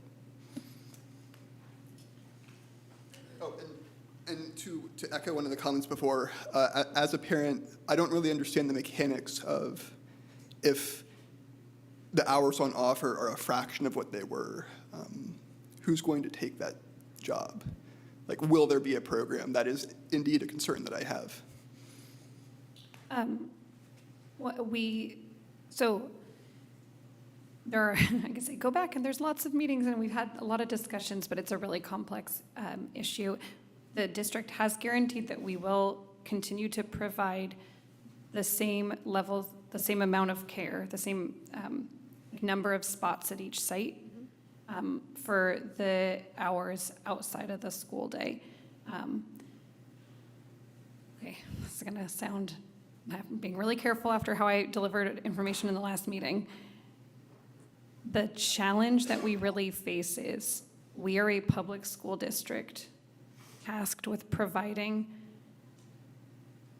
the school day instruction, providing an after-school program and a preschool or supplemental programs. So our general fund is designed to cover that core instructional element. And so I think that we're trying to be very careful after many, many times of having the conversation that we maintain a solvent budget for our supplemental programs so that we can continue to maintain our general fund being a solvent fund as well. And so that's where this becomes really challenging. But we are going to provide the program with the same number of spots at the sites that it has been provided at previously. Okay. Seeing no further public comment, we are going to vote or hope that there's a motion on item 12A. I'll move for resolution number 2023, 24, 23. Second. Okay. All reluctantly in favor. Aye. Point of order, we have to do roll call for these resolutions. Oh, we have to do roll call. You're right, sorry. I forgot it says resolution. Okay, we will roll call this vote. Thank you. Student Garcia? Yes. Trustee Rosenbaum? Aye. Trustee Khan? Aye. Trustee Boyd? Yes. Vice President Hopwood? Yes. President Davidson? Yes. Okay. We are going to move on to item 12B, which is the resolution 2023-24-24. So this here again is bringing forward the final layoff that we are recommending. With these positions are for persons requiring a child development permit. And in the first iteration, if you wanted to compare it, the FTEs were higher. Since then, we've rescinded a portion of that layoff.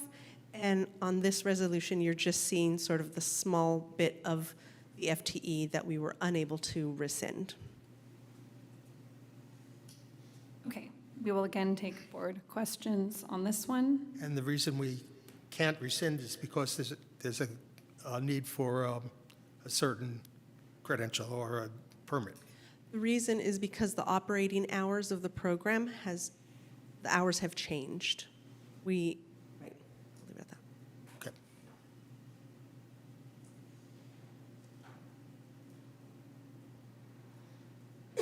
Okay. If there's any public comment, please come up to the podium or raise your hand if you are in our virtual audience. Okay. Seeing none, we will look for a motion. I move to approve resolution number 2023-24-24, reduction of persons in a position requiring a child development permit. I'll second. Okay, we will roll call this one as well. Student Trustee Garcia. Yes. Trustee Rosenbaum. Aye. Trustee Khan. Aye. Trustee Boyd. Yes. Vice President Hopwood. Yes. President Davidson. Yes. Okay, we will now move on to item 12C, which is our resolution 2023-24-25, certificated assignments outside credential authorization. So this is Becky So Knight. this is one of those sort of HRE annual things that we bring forward. This allows us to notify the Commission on Teacher Credentialing that we have folks who are teaching subjects that they don't have necessarily the credential for, but we've determined that they are qualified to teach in those subjects. And you can see that listed here. So we just have 2 folks. Okay, any board questions or comments? Seeing none, if you'd like to make public comment on either of these, please approach the podium or raise your hand in the virtual audience. Seeing none, we will roll call this resolution. Oh, sorry, we need a motion. I move to approve resolution number 2023-24-25, certificated assignments outside credential authorization. I'll second. Student Trustee Garcia. Yes. Trustee Rosenbaum. Aye. Trustee Khan. Aye. Trustee Boyd. Yes. Vice President Hopwood. Yes. President Davidson. Yes. Okay, we're gonna wait on 12D and we will now go back to item 11A, our long-awaited district-wide facilities assessment and allocation of $11.5 million for school facilities projects. This is a grant that we received for school facilities. Yes, so the board is actually going to discuss the results of the district-wide facilities assessment, and it was conducted by LCA Architects. And as you know, the proposed allocation was approximately $11.5 million. I'm going to turn it over to Jackie. Thank you. Thank you, Dr. Evans. So last December, the district received about $11.5 million in school facilities project funding from the State Allocation Board. Right before that, in November at the board meeting, the board approved the district-wide facility assessment to be conducted by LCA Architect. So this assessment was intended to update our 2014 master plan and also identify the most urgent needs at each school site. And we have team, so our Mr. Jeffy will introduce the team and he will be presenting. So right before this, when he's walking, I'm gonna mention about this. So there's a 2-part of the presentation for this. So first, the board will receive the facility needs assessment presentation, and second will be a recommendation how we are going to spend $11.5 million. And this item this evening is review and discussion, and this item will be bring back to the board as a review and action at the next board meeting. Thank you, CBO Kim. So we are going to tag team this. I'm going to bring the allocation proposal. The team LCA Architect is represented by David Bogstadt. He has a presentation. Come on, David. He has a presentation about the findings of the assessment, and we'll go into detail what was covered at each school. It was a lengthy process, took several months. It involved individual meetings at the sites with stakeholders, principals, and the cabinet, and he also collected data from previous assessments that we've done and compiled that into this presentation. So this is David Bogstadt. Thank you, Scott. My name is Dave Bogstadt. I'm president of LCA Architects. Mary Morris and I walked through all your schools. We have over, I hate to say this, 80 years of experience doing this. And I'm a little embarrassed for coming up here. We're laying people off, and then here we're spending money.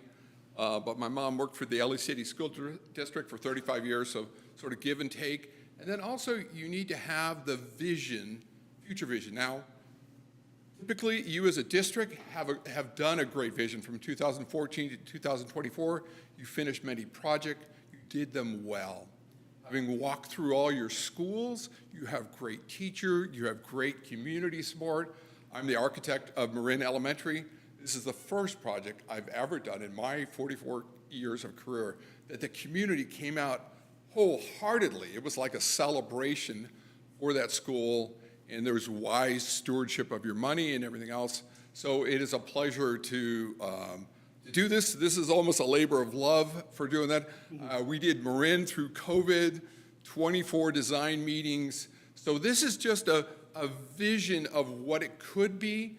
But if, say, you did Cornell, which is probably the school that needs the most, you do that, you would hire an architect, they would have design meetings, and may not even look anything like we did, but it puts out forth the idea. And then, as you know, in the state of California, there's boom and bust, and sometimes money comes in, and when the money comes in, Juan has done always a great job to be able to spend it in a certain way, and you guys already know certain things, so it isn't some, like, what do we do with this money? We sort of know what to do. Next. So we walked through 7 schools. We walked through all the schools. Some probably know some of the schools. So we know all the hidden cracks and everything else. But you just have a great staff. And I hate to say this, a great support staff through here. Next. In the Albany Children's Center, the woman who controls the kitchen, I don't know how she does it. Maybe she worked on a submarine or something.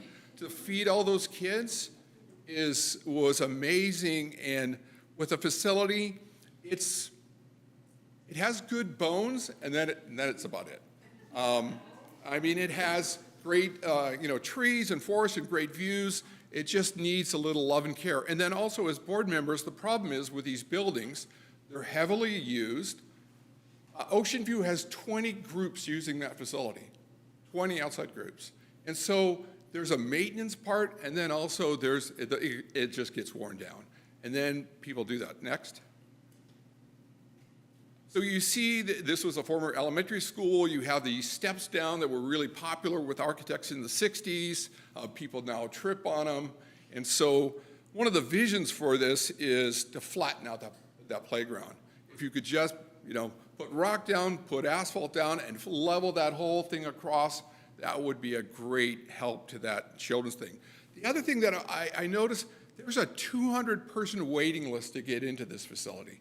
This is a much loved, if you added everything today, sort of like I'm proposing, it would be filled in the fall.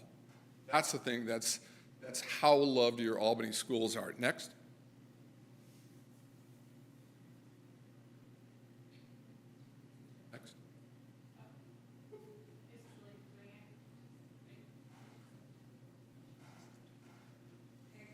Oh, here it is. These modulars on the side on this right-hand slide, they need to be replaced. They're at the end of their life. They smell. They have mold. So they need to be, they're not really used that much. So that it is, you have tarp over the sand because of the cats and everything else, all the little creatures. So it's just, this is a facility that needs to do that. Next. But it's a great community. You have these great stairs. People park their strollers in front of the stairs. It would be great. One of my ideas is to make a long ramp so they can get their strollers up. You need security, sort of district-wide, you need security. You don't have that. A different culture today than when I was a kid. And so you need better security and better options throughout there. Next. These areas between the classrooms are great spaces. The teachers use them with the kids. They're just under-designed. If you could put some love into these spaces, they would really be special. Next. Also, go back one slide, please. There's also an abandoned garden that all the infrastructure is there. It just needs to be grown again and some effort there, some community thing. Boy, your community wants to do things and be involved. Here's an opportunity to have people with a green thumb to be able to do that. Next. So our idea was the yellow always is to modernize this thing. A modernization is, you've already put new mechanical in the space, but sometimes it's just new flooring, new paint, fix the windows that are broken, leaking, whatever, and flip some areas. One of the things that's almost universal, it is universal through all your campuses, you need more admin space.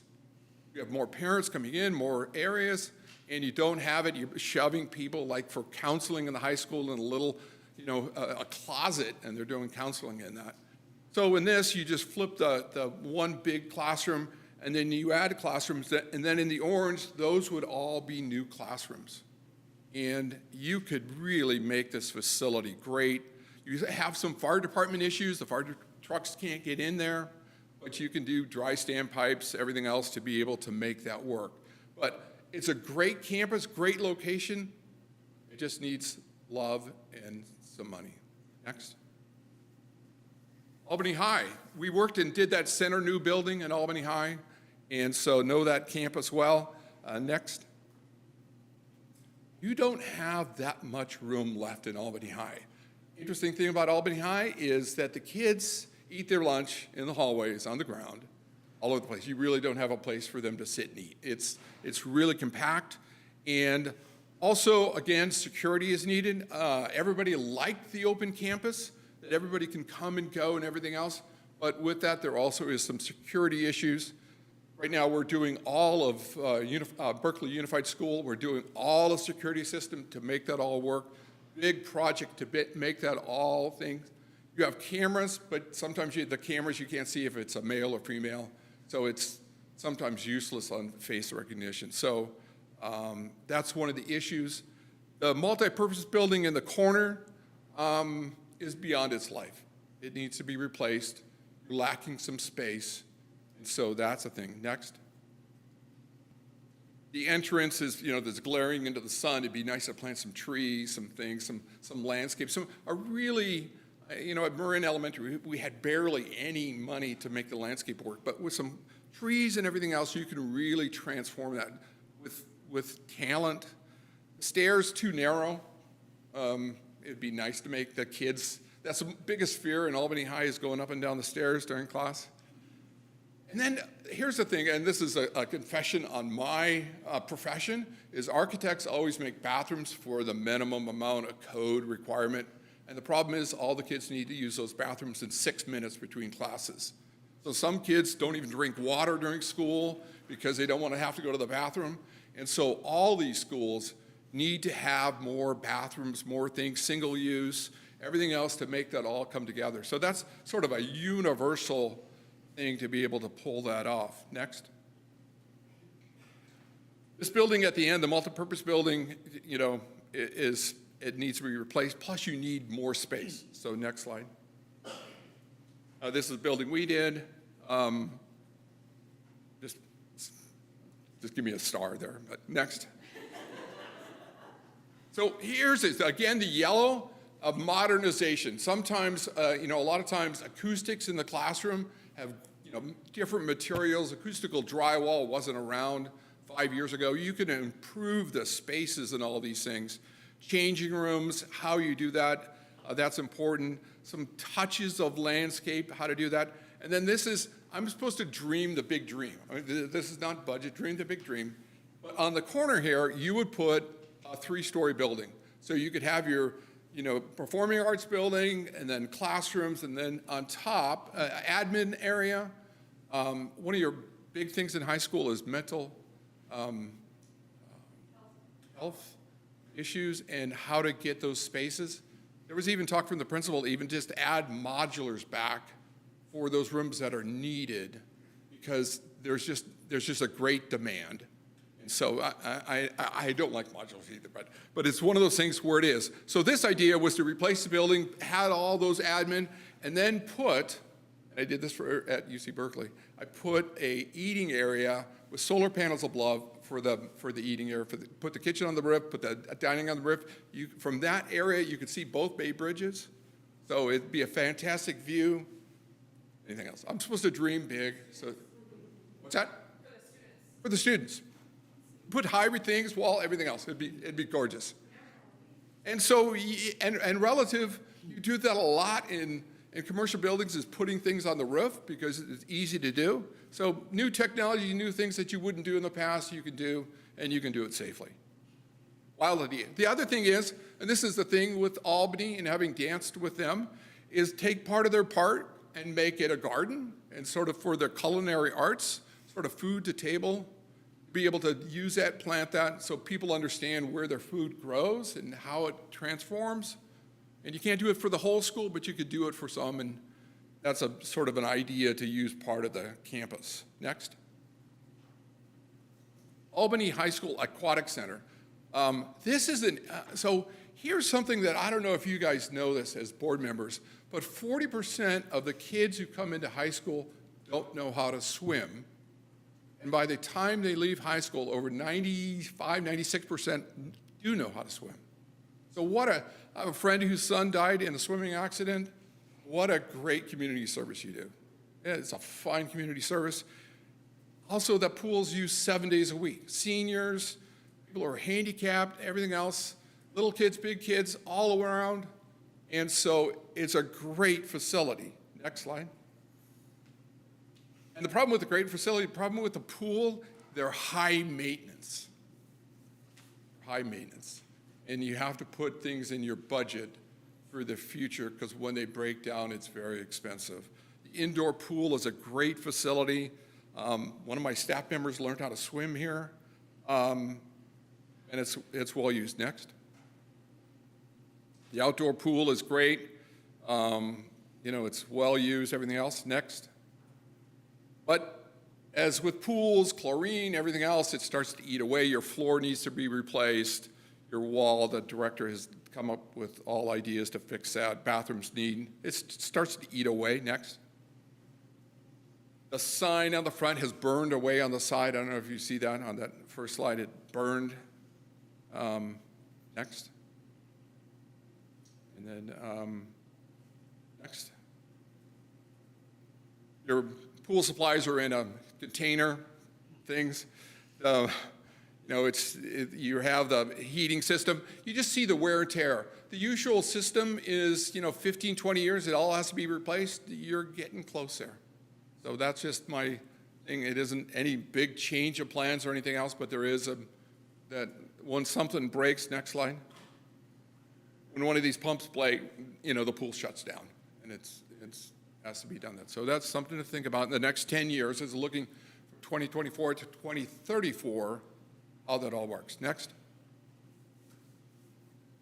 And then that's just a quick modernization. Next. Albany Middle School. My mom worked at a middle school that I went to, so that was always fun to be in middle school with your mom. The admin wing, the eighth grade wing that you did, a great facility, great use, nothing needs to be done. A job for that, doing that. Next. And then next, let's go through that.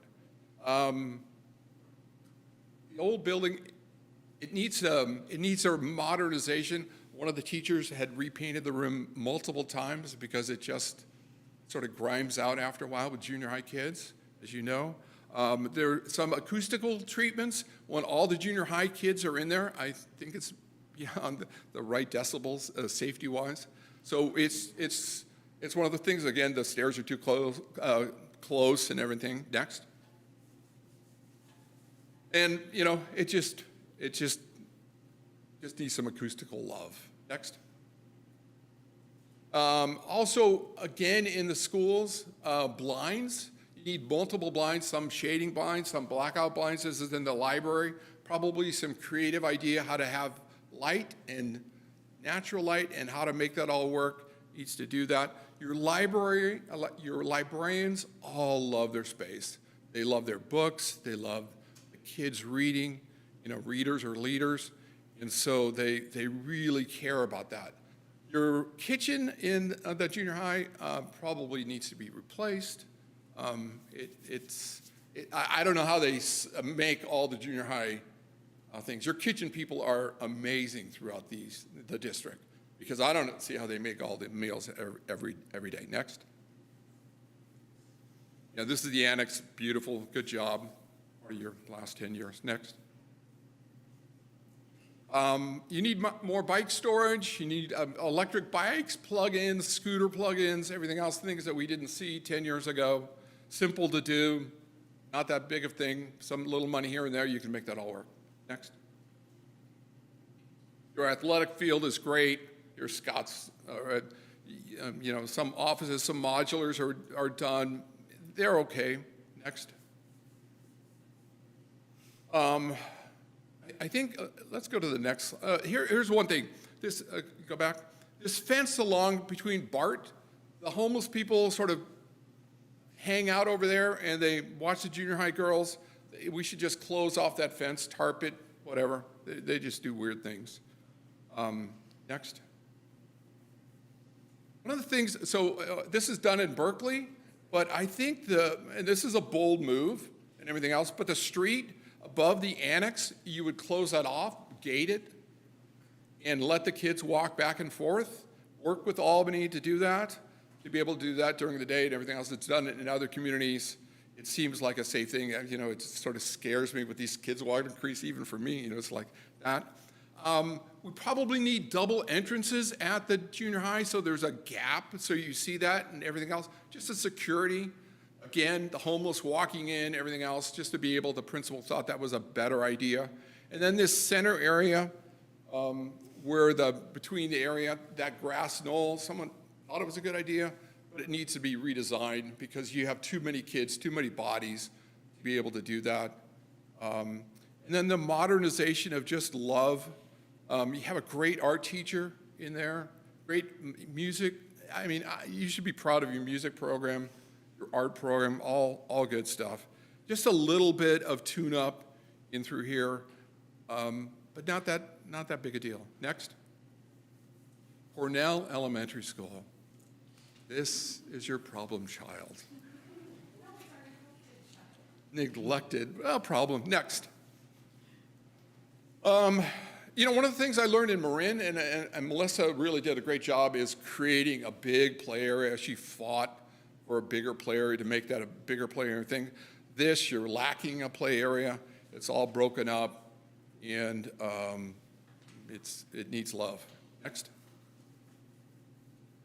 The school is it's a beautiful building.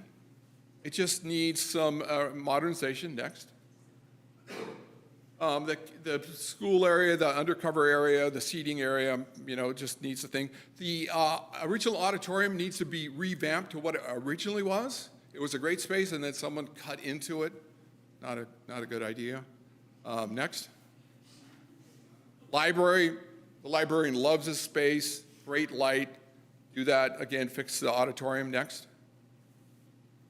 Hallways. I did Cesar Chavez Elementary School in San Francisco. Similar thing, we took this, we just added new ceilings and everything else to transform the school. And new lights, new ceilings, you could really make this fabulous with just a little effort, and now new mechanical system. Next. This is the district office. So here I was marching through this over months and months and months, and what my heart really said to me is, everybody, you had district offices and all these other little places. What said to me is, you need to redo your district offices because you're not big enough and you have issues, and you're in campus, you're in like a high school and junior high where they really need those spaces. So next. So this was our scheme. We, put the orange buildings are new. The idea would be, and this is a Dave idea, is flip the campus, is put the entrance at Cornell, because Talbot is, you can barely drive through with kids, drop off, everything else, and then make where the entrance is now off of Talbot, make that a big kindergarten play area off, and be able to do that, and then enter the campus on the other side with the admin, a bigger admin area.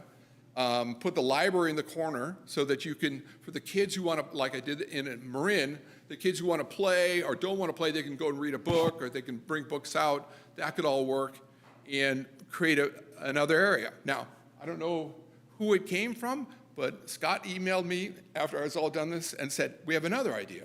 Next. Is redo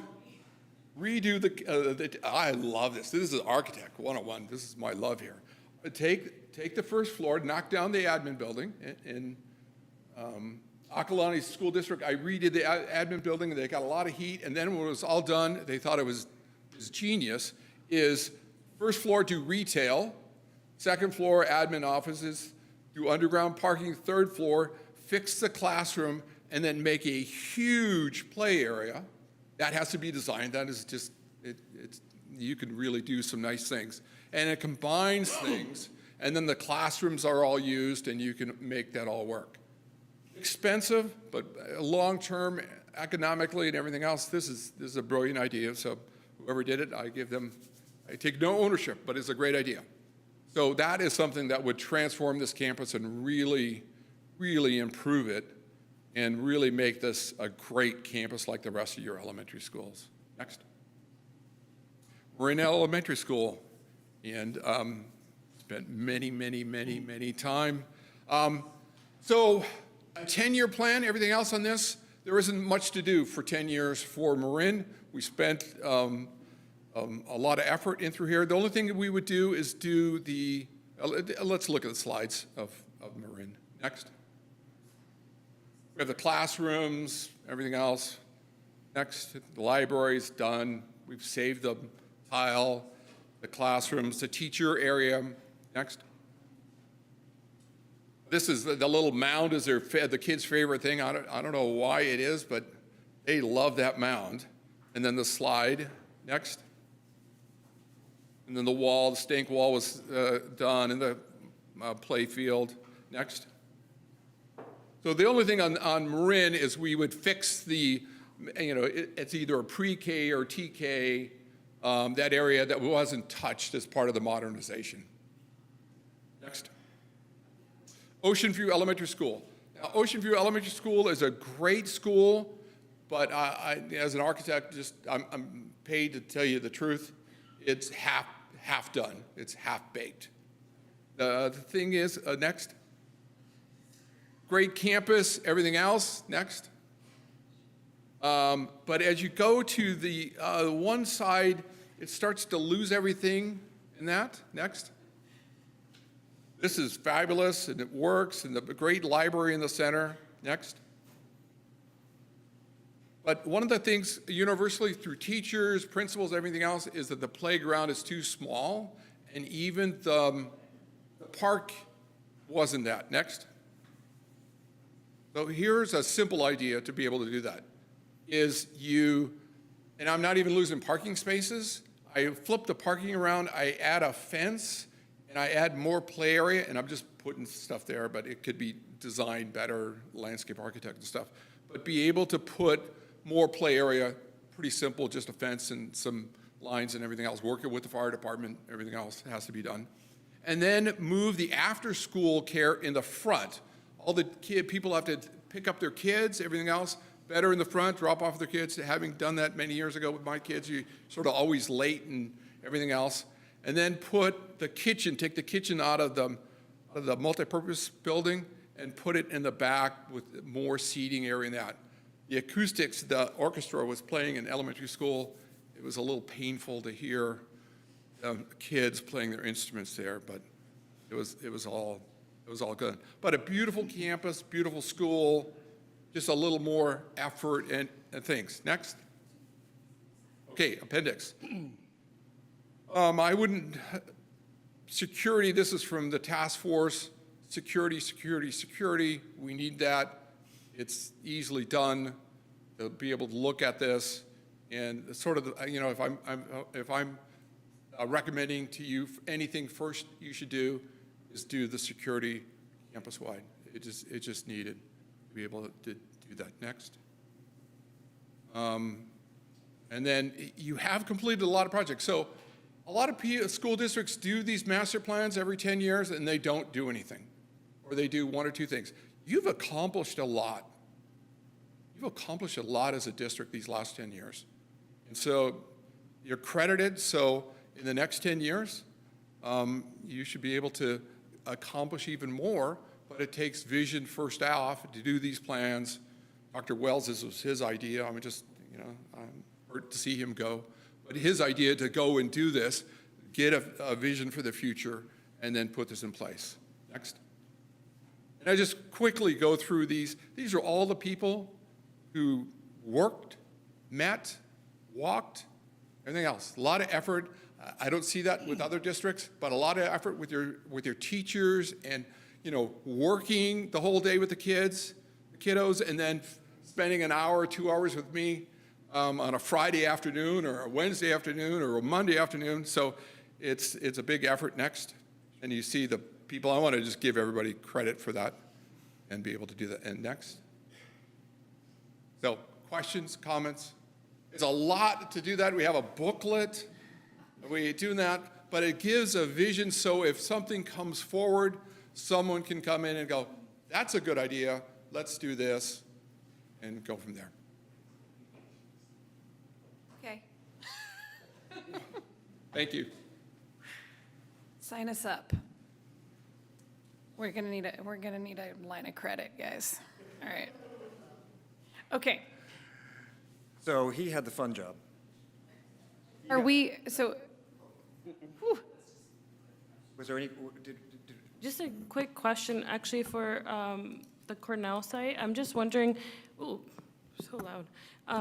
I know you gave us like 2 different options, 1 and option 2, but like, was there consideration? I know it would cost a lot more, but combining the 2 options, especially because like classroom space continues to be something that like we run out of, or like after school programs, you know, district offices, all the things. Like I feel like we had this conversation even at the Ocean View space where there was space that could be utilized better. And a part of me is wondering, like, if we are planning this and looking into this now, is there an option to look at what it could look like with the 2 combined and how? So this is how it would work. Say on Cornell, you have this master plan, 2 options. You say, oh, we would do an RFP, you hire an architect and a team and everything else, and then they come up with a 3rd, 4th, 5th, 6th, 7th option to be able to come together that works within your budget, program, revisions, whatever. This is just a sort of a glimpse. If you look at Marin, that was done in 2014, my design doesn't look anything like it, but it does have ideas that were in that original idea. And so that's how it all unfolds. This is just a first step of 1,000 steps. But you have to do the first step. Yeah. To get an idea. Got it. Thank you. Thank you. Okay, so now we're gonna hear what you guys think we should spend this little bit of, can I just, yeah, well, I guess, are you gonna cover this, like, what this would actually be, and then? I'm going to cover, you know, I used the word aspirational earlier. That was very aspirational, and that's, you know, it's coming from an architect's point of view. I don't want you to think that what you saw was the assessment. Those were highlights. Those were, you know, dream scenarios.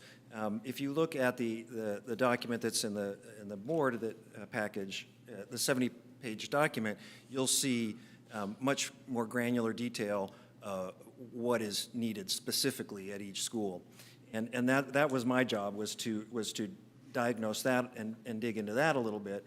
And what I did is I created a document. I basically picked out all the things that we need at each of the schools, and in an attempt to prioritize those things, we really needed to find out what they would cost. So I started with that list and enlisted our consultant, Juan Barroso, and his team to do some cost estimates on not just big buildings, but water bottle fillers and trees and access control and security cameras and all the parts that we heard from all the different stakeholders as we went through the schools.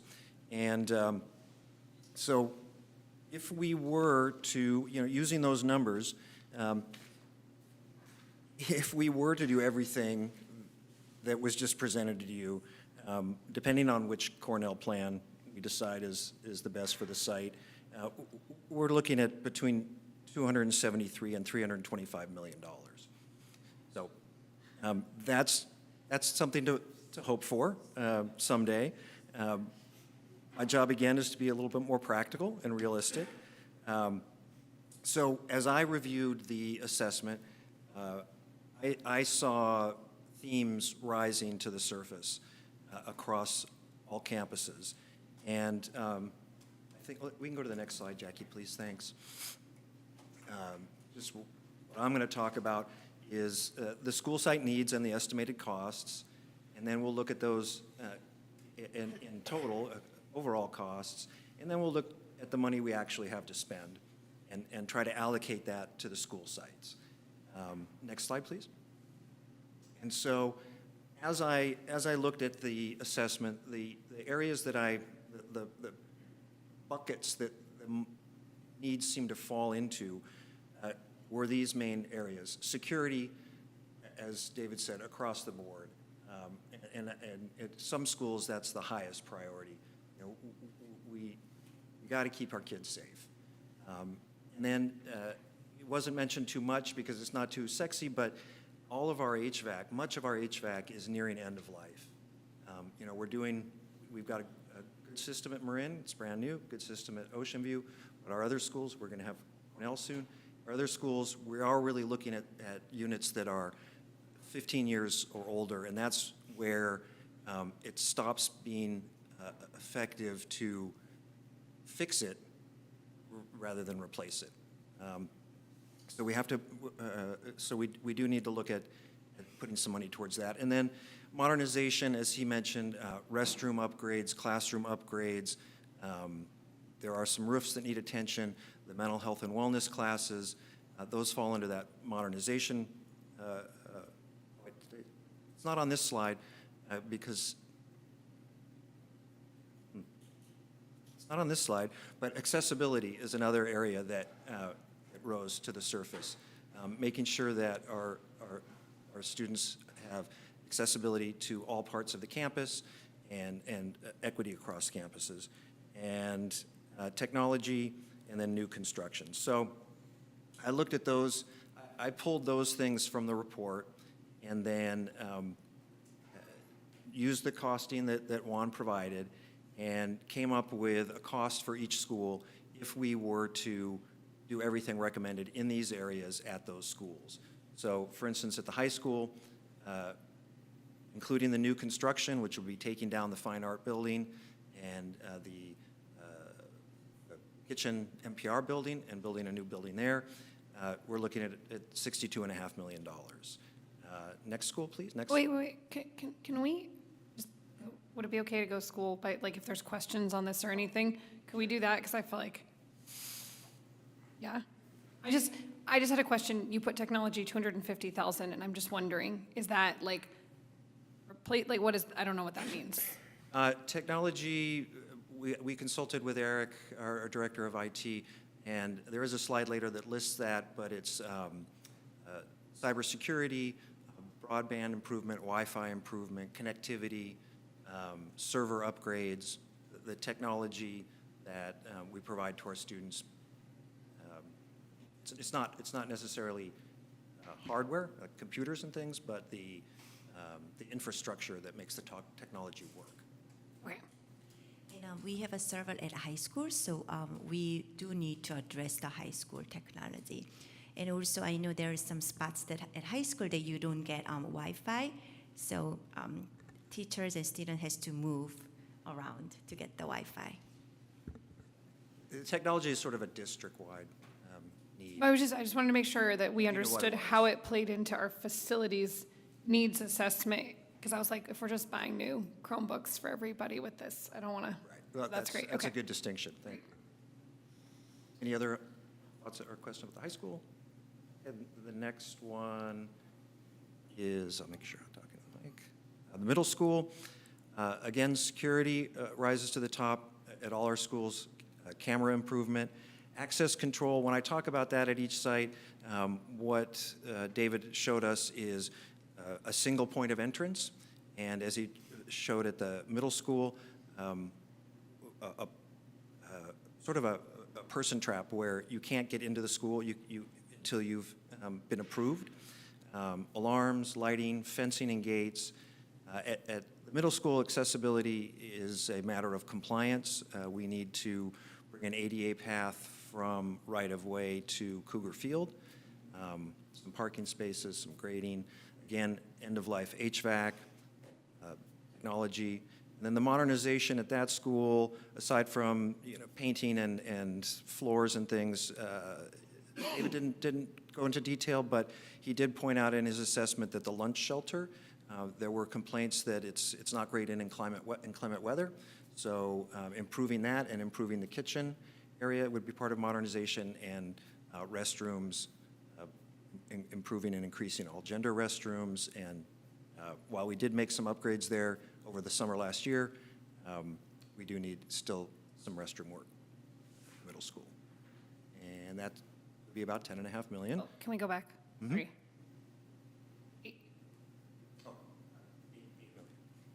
Sorry. Okay. Anyone else have? I have 2 questions. Want to jump in?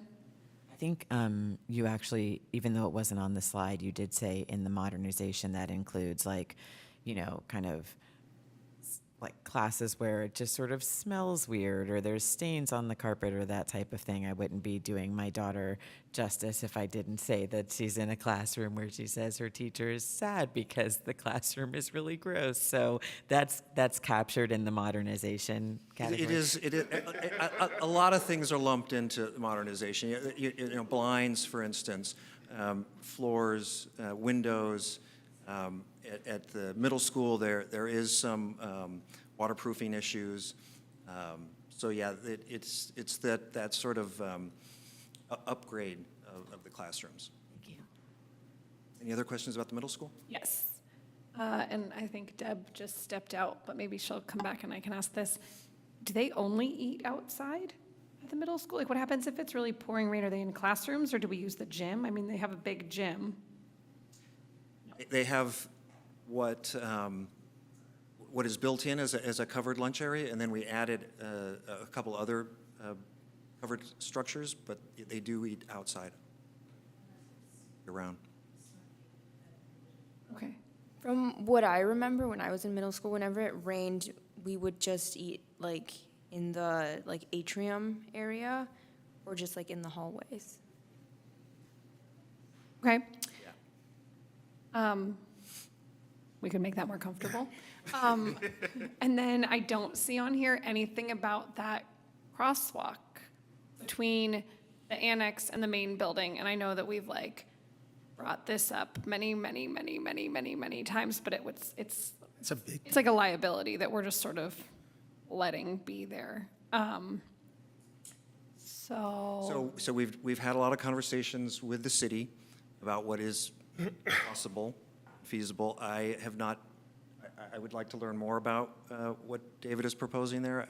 I don't know much detail on it. I know what we've discussed with the city so far, our options are very limited. We continue to fight that battle because we recognize that is a safety concern. could we cost out putting a bridge over the top? It's I mean, if we're talking big money and dreams in the world, can we see what else we can do to get our kids safely across the street if we're not going to be allowed by the city, which we will advocate for, to create a safe crossing for our students? We've been talking about this for so long. And there is a plan that's for a bike lane, which is going to change the traffic pattern a bit. That's planned for the city for next year. But we've looked at, raised crosswalks, lighting, speed bumps, signs. We've explored a lot of that. We haven't explored a bridge, but we should probably get to the last slide before we talk about a bridge. It's okay, I'm just, yes. you know, if we're looking at our full needs picture, that's one that you brought up, that we need to do something there, and we should definitely think about that. And we could, like I said, we could dive deeper into, I'm not too familiar with what David was proposing. Any other middle school questions? Okay. Next school is Cornell. As mentioned, a big number there on modernization, including the kinder playground, restrooms, classrooms and offices, security, the same across the board, cameras, access control, alarms, lighting, fencing, accessibility. We have a few issues that are compliance issues with sinks. Other than that, it's mostly right-of-way walkways and things. And then the new construction, the number on this slide does not include the new construction, since there's two options, but we priced those out. If we were to take out the portables and put those new classrooms at the southeast corner of the school, that would be about $30 million. If we were to take down 1216 and 1200 Solano and build a building there and connect it across to the school, we're looking at about $82 million. So you add that to the $10 million for Cornell. The big lump at Cornell is for modernization. So my question is, the idea that you brought up of option 2, I guess, putting a new building in along Solano Avenue, that's not a new idea at all. We've talked about that at least for over 20 years. But the original idea that was presented from staff, from teachers who had backgrounds in architecture, was basically what you said: retail on the first floor, second floor, offices for the administrative offices, but keeping up building and building apartments, which would bring in more money into the district. Hopefully, apartments at rates that staff could afford in Albany. And that's something that we've been hearing that from the unions and from a multitude of people, is that that would actually bring back money. It would cost something to build an apartment building, but then we'd be renting out not only the space on the first floor as retail. Retail on Solano Avenue does pretty well. And places for folks that have been commuting from, we just heard a story about Antioch, and spaces that they could afford right here where they work. And teachers keep bringing that up and up, so I just want to add that. I think we have to be a little careful here that, of course, we want to have a big discussion about, let's do that campus, but I think we're only looking at 11.5 million right now. So, let's, trust me, Frank and I had many discussions, and I just want to remind everyone, he was always so proud that he said that we built 4 different buildings for 95 million, and that's beyond amazing, because other districts are paying $282 million for one new school or building. So we did a lot, but we only have a little bit to stretch right now, and then we have to figure out how to do more. Yeah. I know, but there are ideas, but I think maybe But thinking long-term, we can't do that now, obviously. Well, I guess we have to be a little bit careful, because I just raised this the other day with the HVAC. If we start making decisions at a site, and I'm looking at the plan proposed, and I'm well, we just put all this money into the yard at Cornell. Let's not do things that we're going to have to undo, because our long-term goal is to then do this.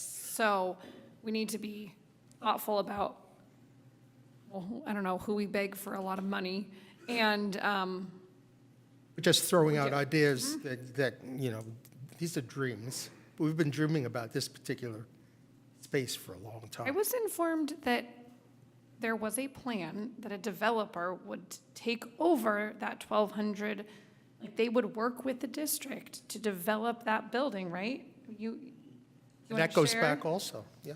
No, it was before my time, so I heard about that as well. And that's why it got included in the plan. And Trustee Rosenbaum is absolutely right.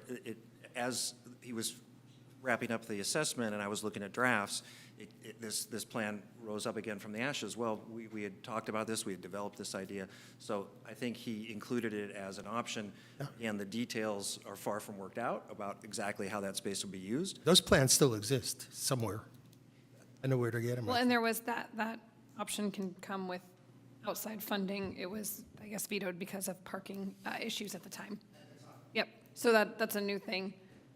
Okay, we'll have to be thoughtful about that as we decide how to spend this little bit of money. You're right. I mean, Cornell needs the love and care that it needs, specifically for the kids first. That's not a question. Okay. We can go to the next ones. Move on to Marin. Yeah. New school, very little needed. The recommendation there was to, again, control access a little bit. We found that with perimeter gates, we could use some better access control and tend to modernize those two kinder rooms that were not upgraded during the last construction. Are we using those kinder rooms at all right now? Yes, we are. And they house classrooms? Yes. They got a coat of paint, but they didn't get any real upgrade. Okay. And they kindergarten, does anyone know, are they kindergarten TK? TK and maybe ELOP. Oh, okay, ELOP. Okay. Next, Ocean View, access control, alarms, modernization centralized at the building that David mentioned, the NPR cafeteria kitchen building. And then new construction that was proposed would be to remove the portables that are now used by ACC and put in some new classrooms back there along the south edge. So basically modernizing those buildings that weren't included in the last construction. Okay, we'll go to the Children's Center. Security, same set of needs. For accessibility, we do have an issue with access to the school. So a ramp from Jackson Street would provide access to not only strollers but wheelchairs and folks with ambulatory issues. The play structure in the playground, it's not only not accessible, but it is outdated. HVAC, we have done some improvements there, but there's still end-of-life units. And then modernization within the classrooms and the kitchen. And if we were to propose new construction, remove the portables, add the new classrooms that were shown in the drawing. I think that also helps with population, increasing the population at the school. Just FYI, once Frank and I had a conversation about putting housing at this site as well, because it's a really nice site, and we could also consider that, so. Yes. Yeah. And maybe not removing this, but just making sure we share it. Okay, any other thoughts about the Children's Center? We've even considered selling that property at one point in time. No, we do No, not. we can't do that now. No. It's a valuable place. I mean, if we want to explore the idea that you just mentioned, President Davidson, part of me then wonders, like, if we do end up allocating money, then we're going to undo. We have to be a little bit careful. And then also, like, again, going back to the Cornell one, if we do end up doing the combined option of both of the new construction, then is that potentially space that could be reutilized, like where ACC becomes pure, housing or something else, and ACC gets relocated to Cornell? Like, those are, I think, things we should think about if we're gonna Yeah, or really those think about Ocean not. View portables, and we just That too. double that building Like up both height-wise. sites. Right, exactly, Yeah. so. I think we could get really thoughtful and creative if we, Just don't want us to use Long-term, it's money what that gave has us to be money. undone. All good ideas.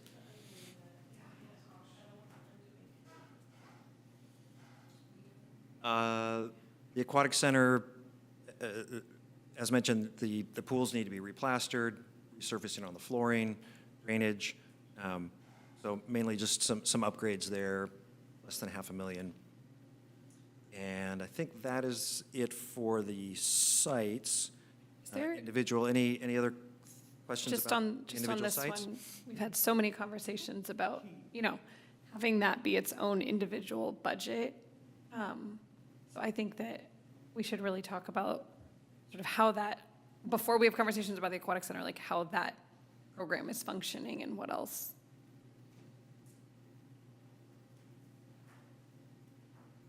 Okay.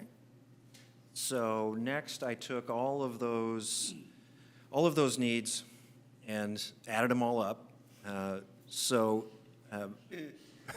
It's better than the 300 million we were looking at before, but because it's not doing everything. But to do those main items, the security, accessibility, HVAC, modernization, technology, and new construction, depending on which Cornell option, we're still at 146 to 198 million dollars.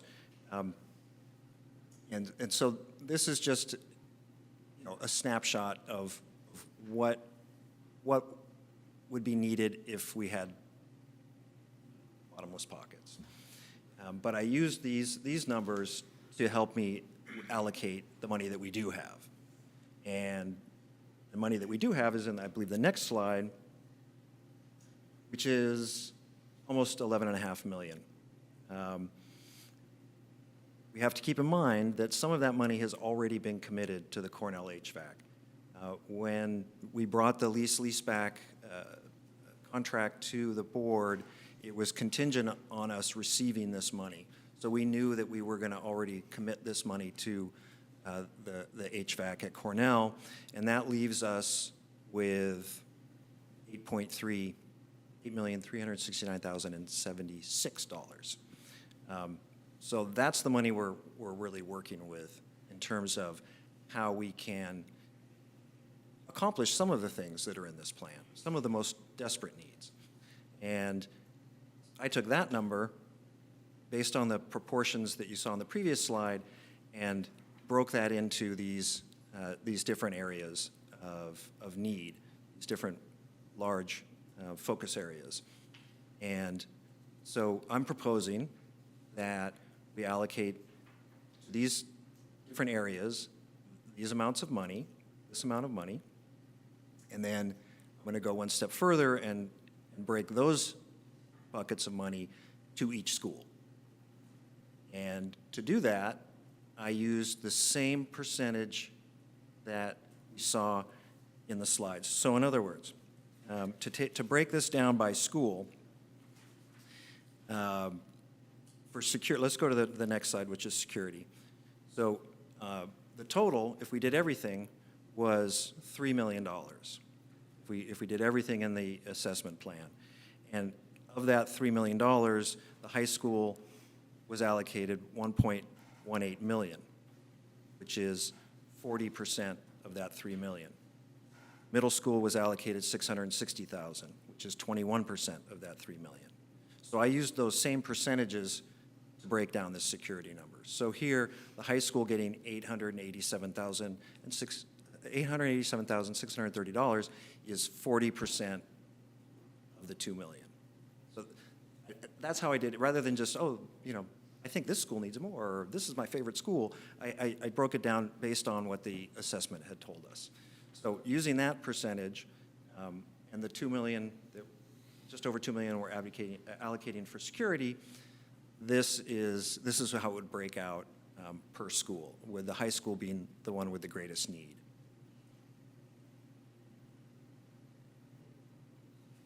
Okay, and then the next slide would be accessibility. So yeah, smaller numbers now. The next slide is accessibility. As I mentioned, the middle school, we do have, we are compelled to put in that ADA path to Cougar Field from the street. ACC, we're compelled to put in the ramp from Jackson Street. And Cornell, as I said, there's some accessibility issues with some of the bathroom fixtures, the sinks, and also some of the surfaces.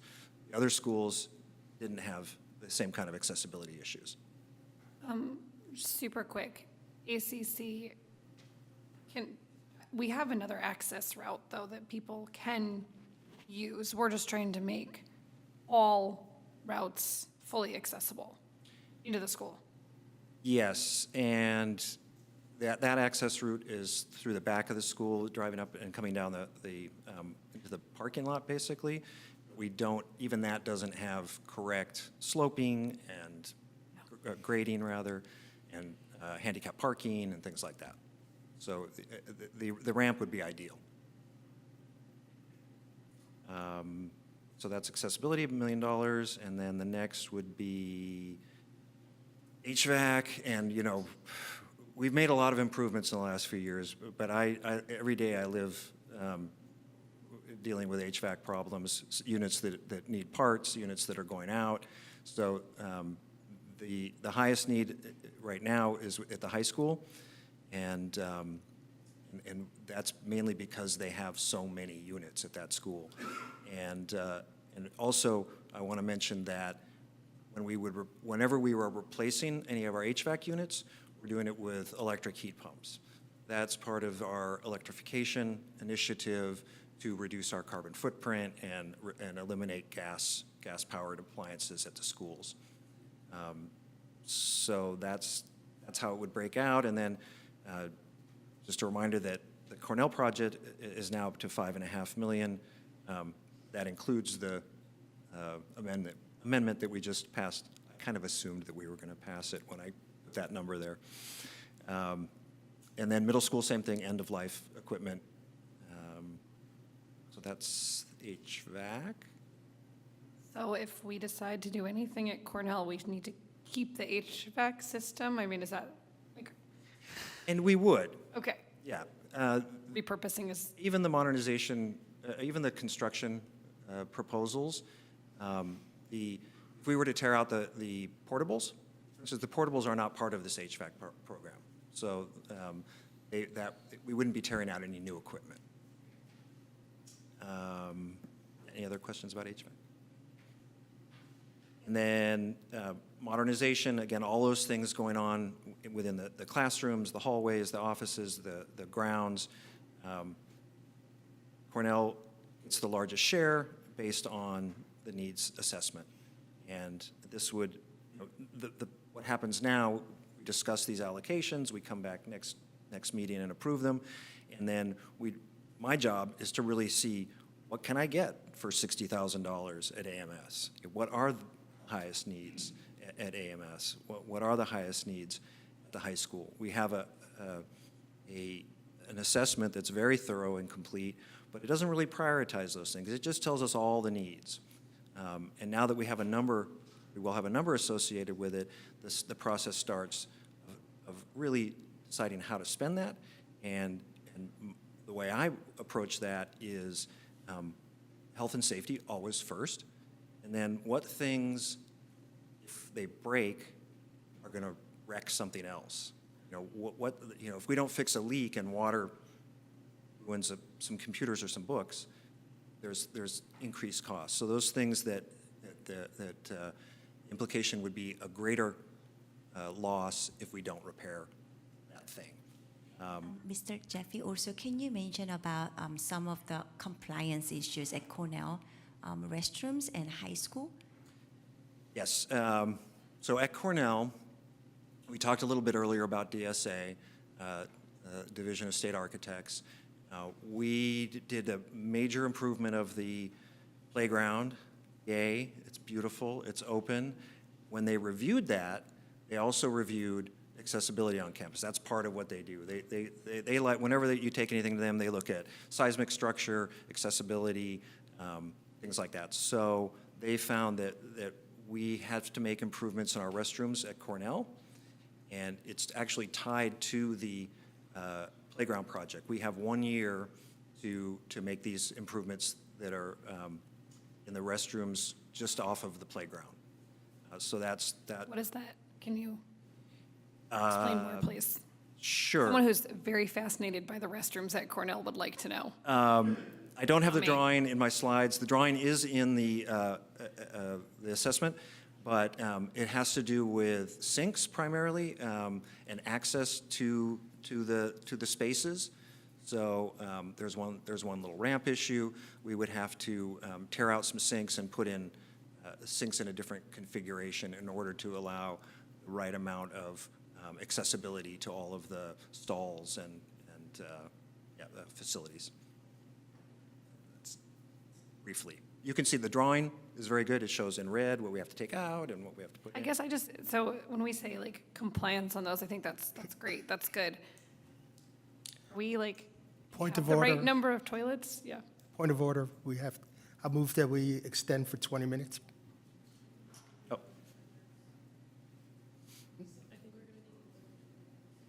Huh? I can't do more than 20. We're going to need more than 20 minutes. I heard you. I'm hearing every word. I want to thank Jeremy for that. We just have the self-evaluation tool as well, so. oh, I'm not 10:30. I'm not the last show. There's one more, the board which we can table that. It won't take very long, I don't think. Says the person who wanted to talk about it more. Okay. All right, to 10:30, please, if that's okay. 10:30, okay. Okay. Just need a second. All in favor? Aye. Aye. Okay. I can raise that later. So I think this might be the last slide. Let's go. Oh, one more is technology. So that I basically just allocated district-wide. It was very hard to pin down numbers to each site in talking to Eric, but they would be, as I mentioned, server upgrades, Wi-Fi upgrades, network, hardware bandwidth upgrades, cybersecurity, and phone system. That's what we would try to get for our 650, and that's across the district with the schools in greatest need being having the advantage. And I'd like to add one thing that we had pioneer group for IT technologies from middle school teachers and high school teachers, and those are the items that our teachers really voted that those are the priorities.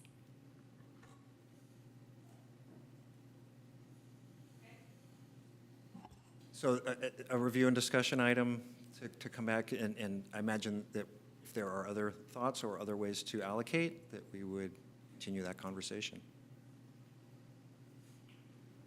Okay.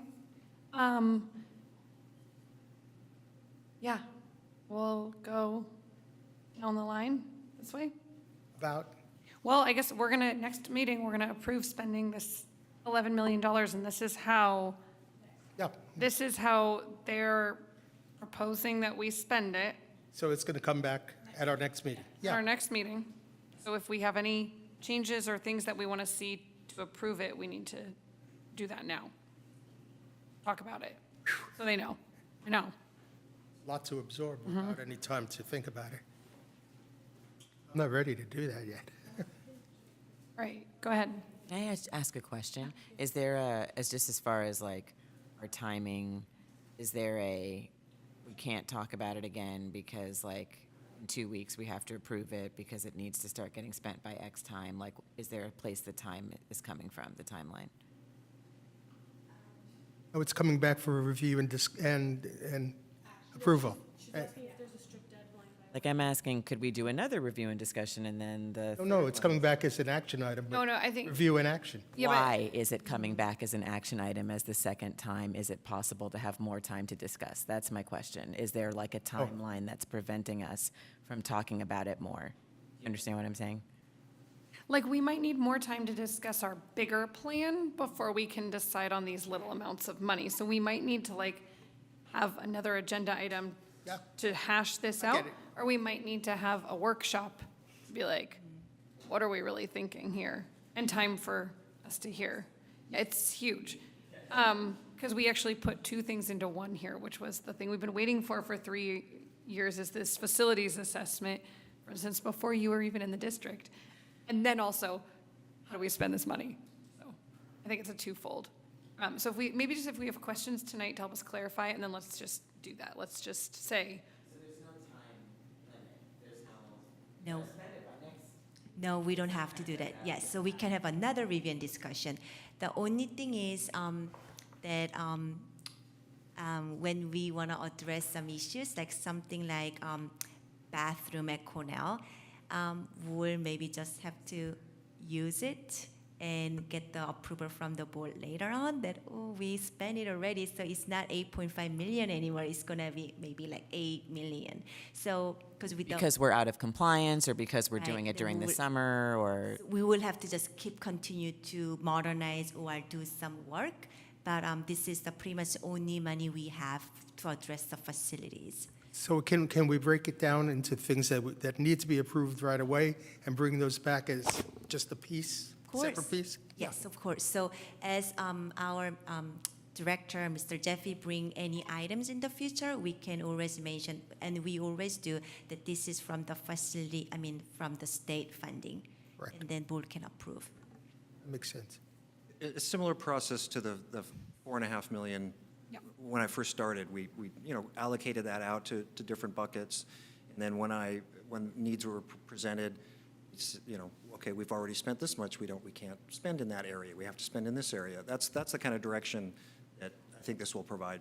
Do you mind, can we go just back to the slide where you kind of gave all the buckets, just real quick to look at that once more as a board, and then I think we can kind of just take, there's one public comment online and one in person here. Oh yeah, go, I just, no, go. I just wanted to look at, I just thought it might be helpful to see the buckets while we're talking about it. Okay. Yeah. Cool. I guess you kind of already answered part of the question, which is, will the sites be consulted one more time for how the funding will be used now that we kind of have this like much smaller breakdown of what we're actually going to get? And part of why I'm asking this is, so if, and I'm only going to speak to Ocean View because I've only consulted folks at Ocean View.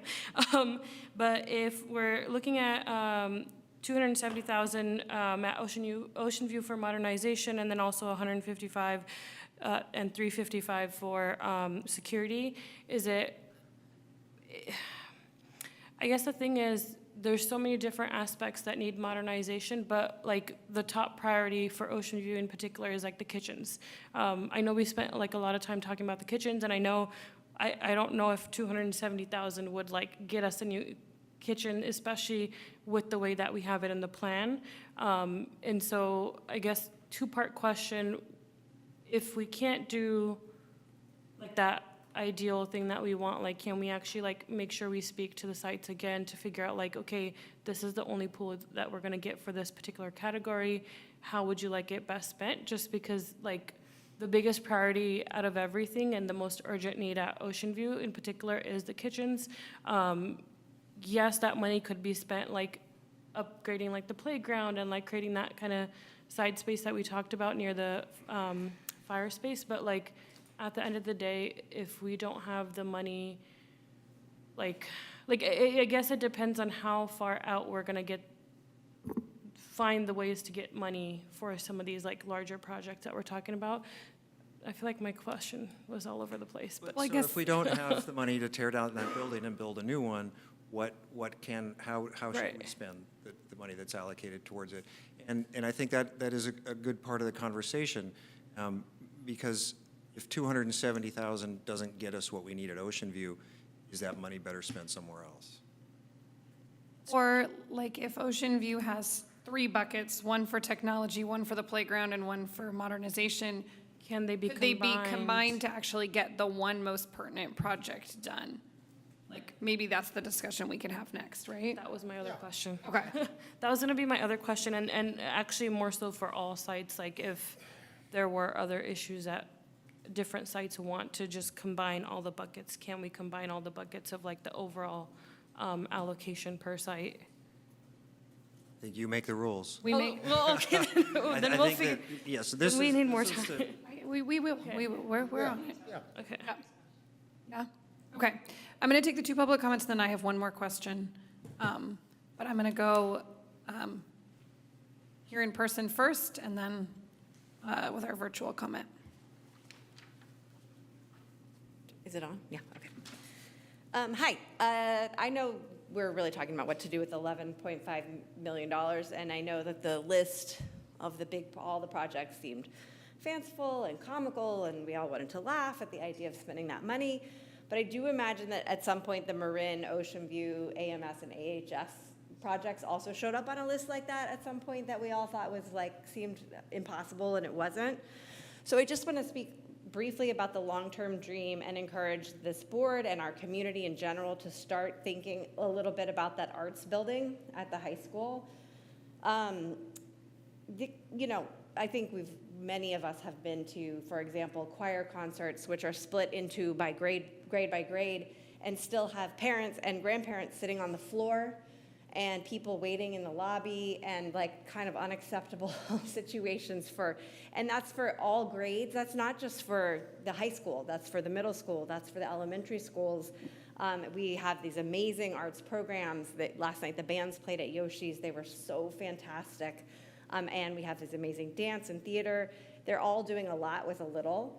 But I do think compared to our neighbors, Berkeley and El Cerrito, our arts facilities are really, really, really lacking and really not accommodating the size of the population that we have here. I'm the parent of 2 student athletes at AMS and AHS, and they've really benefited recently from some upgrades in terms of the track and the field, as well as the weight room at the high school. And I just would love for us to sort of start putting some priority on the arts as well and trying to focus that direction for the kids.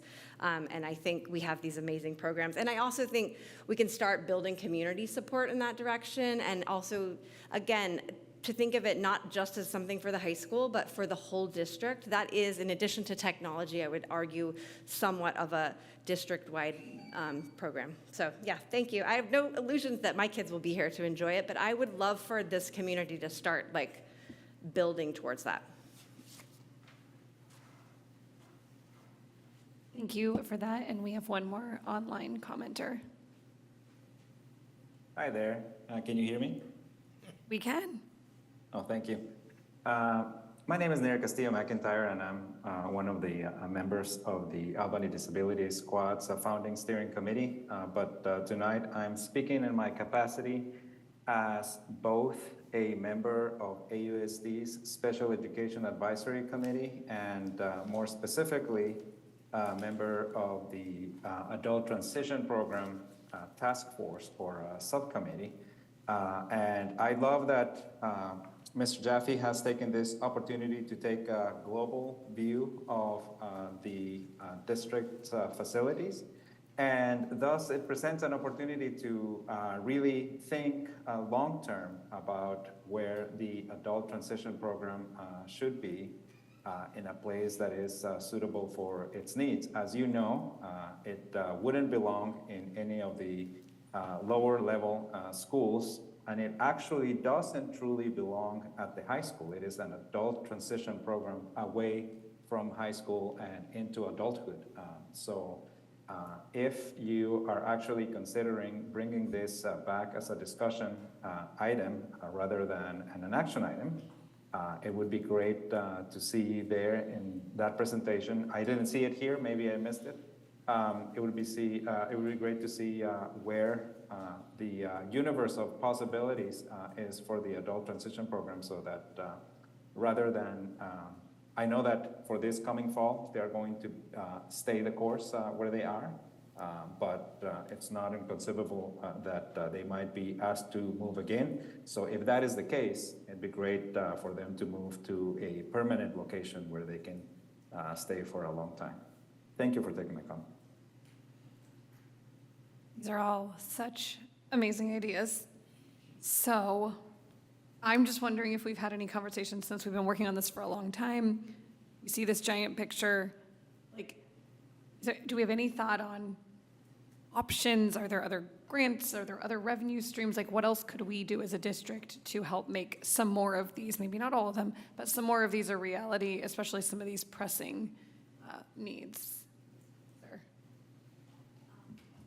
Sure, thank you for that question. So district is looking for any possibilities or any options out there to address our needs for the buildings. So hopefully maybe at the next board meeting, we can bring an item that we can maybe explore and see where we can be.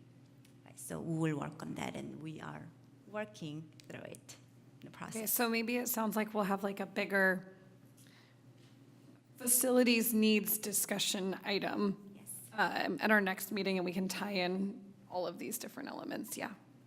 And just to echo something that Trustee Khan was saying, I just want to make sure we're being intentional about how we're bringing in school site comment. I know that there was like I was a part of a meeting at the middle school that was just like, here's all the issues. And so I know there's a whole big smattering of like, here's all the issues, but I think that you were saying there hasn't necessarily been so what would you do with all these issues if I told you you had $1 million, you know? So if we are hoping, and it would be great, and this is just what Trustee Khan is saying, I'm just uplifting it to make sure that we are getting as much school site input as we can now that we kind of know what we're dealing with in the immediate. We can still dream big for the future. Do you think it would be possible before our next board meeting to sort of get with your proposal that you just put up, a complete dollar amount that would be allocated per site from like all of those buckets? And then so when you broke it down, you were like, well, we could spend this much on technology at this site and this site and this site and this much on maintenance. Could you just say like, okay, that school's package total amount of money that we're proposing is this? And then we could take that amount and say to the school, say, okay, if we said we were going to give you this, what would be your number one priority? I can send you that because I did the math. Okay, great. Well, I mean, you send it to him. I think we should have it publicly presented, but good job. I won't present it, but I did the math. I know Trustee Khan did the math because she found $20 somewhere where I'm gonna have to take $20 off of something. But yeah, that certainly can be done. And I will add that security is far and away the highest priority. I mean, that was universal across the board. And that's not to say that if you hand people money, that's what they're going to buy. But that was what we heard time and time again. Is the permeability of the campuses, the access control, the inability for us to do forensics when things happen. I mean, cameras aren't often preventative, but they do help us understand what happened and why it happened and how we can prevent it from happening again, or maybe even who might have perpetrated. So I'm just going to throw out that security is definitely the highest, in my opinion, and I think what showed in the assessment report as well. We must talk about it a lot because my Instagram has some ad for this digital hall pass that reduces your incidents in the bathroom and stuff. And I'm like, we must have a lot of conversations about this if Instagram has figured out to target me for that. And there's new technology, so things are getting better all the time and cheaper all the time. So that money might be able to go pretty far. Awesome. Okay, so it sounds like we're going to see this again. This is great. In the meantime, community, email away. Tell us what you think, and we will read them. And we will now finish up with item, thank you. Thank you. For all of that hard work, and thank you for actually bringing this to reality. And for all of your hard work as well on getting that for our district. It's really helpful to see. Okay, we will now move on to our remaining review and action item, which is 12D, the selection of the board's self-evaluation tool. For this, a couple years ago, I think during our second year on the board, we adopted a different, we're using the New York sort of school board tool. And the reason that the board then decided to do it was it seemed to fit better with sort of how our board operated and our standards and all of those things. And so I think the hope was that we would do a self-evaluation now to kind of just get a baseline of where we are and sort of what we need to really look at and build, with the understanding that there will be changes on the board and in the district again soon, but just to kind of give ourselves a moment of reflection. And then this is a tool that we used before, so good to look at it from then and then look at it again now and build from that. So I can say this in less than 2 minutes. I agree. I think this is a fine tool if it's not a waste of time. If we waste our time and don't build in or agree to somehow have a follow-through and hold ourselves responsible to get the things that we need done, then, if it sits on the shelf like some of our other things have, and we don't do anything about it, like, something comes out that we really know we have. So we need to have some follow-through on it. So I was hoping that we could discuss seeing if there's anything we need to add, or if we can agree that we come back, even if we approve this, and come back and have a discussion and an agreement, and on now we get the results, what are we going to do about it? So if we're going to take this and fill it out and then bring it back, we have to commit ourselves to at least an agenda item on. Well, then we'll have a conversation about the results, and then we'll have a next steps conversation, and then we can build from there. Yeah, so if we agree to that tonight, then I'm fine. Okay, so step 1 is, this is going to be the tool that we use. Step 2 is we'll schedule in time to review all the results of that tool, and step 3 is a next steps. Yeah. Step. Okay? Anyone want to make a motion? I'll make a motion. I move that we approve the selection of the Board of Education self-evaluation tool for the 2023-24 school, 24-25 school year. Well, no, sorry, we're reviewing this past school year. Oh, we are, aren't How we? we did. Yes, you're right. Sorry about the tool moving forward. But yeah, for the 23-24 school year. Yeah. Second. Okay. And this is not a resolution, so we can just say all in favor. All in favor? Aye. Aye. Okay, great. We're going to use that one. Anyone have a report they really need to pressingly make? Okay, do you have a report? Okay. Okay. Yeah, go for it. I'm going to find mine. So I just want everyone to know that we reached an agreement with our ATA, Albany Teachers Association.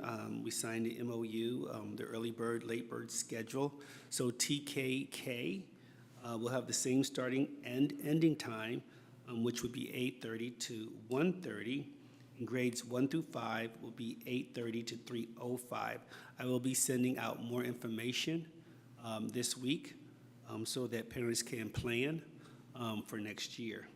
So I do want to thank the ATA negotiating team as well as the district team for their participation and partnership with the district. And I also want to thank everyone that attended the celebration for Dr. Wells last Friday. The performers, the a cappella group, Local Soul, AHS Jazz Band, and also our very own board trustee, Melissa Boyd, for such an outstanding, having such an outstanding voice and sharing her song with us.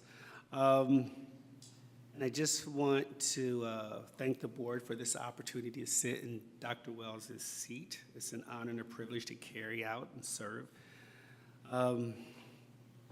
This is not a job, this is a calling. And I just feel very honored to be here, and I just want to thank you all for this opportunity.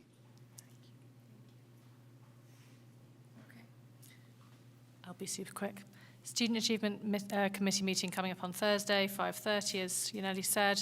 Last high school PTSA meeting was last night. They have a new president and vice president, thanks to Dorothy Peluso for 2 years of leadership. PTSA events, 22nd of May is the last teacher appreciation. They're looking for donations of gift cards to anywhere for any amount. You can drop them off in the main office in the PTSA mailbox. 22nd of May is the first senior walk. As I mentioned before, participating seniors can go to the elementary school for community time at 8:30 in their graduation regalia. And there are lots of different graduation celebrations coming up. I would just check the high school calendar, but there's the Latina graduation, Black student graduation, the main one, senior awards.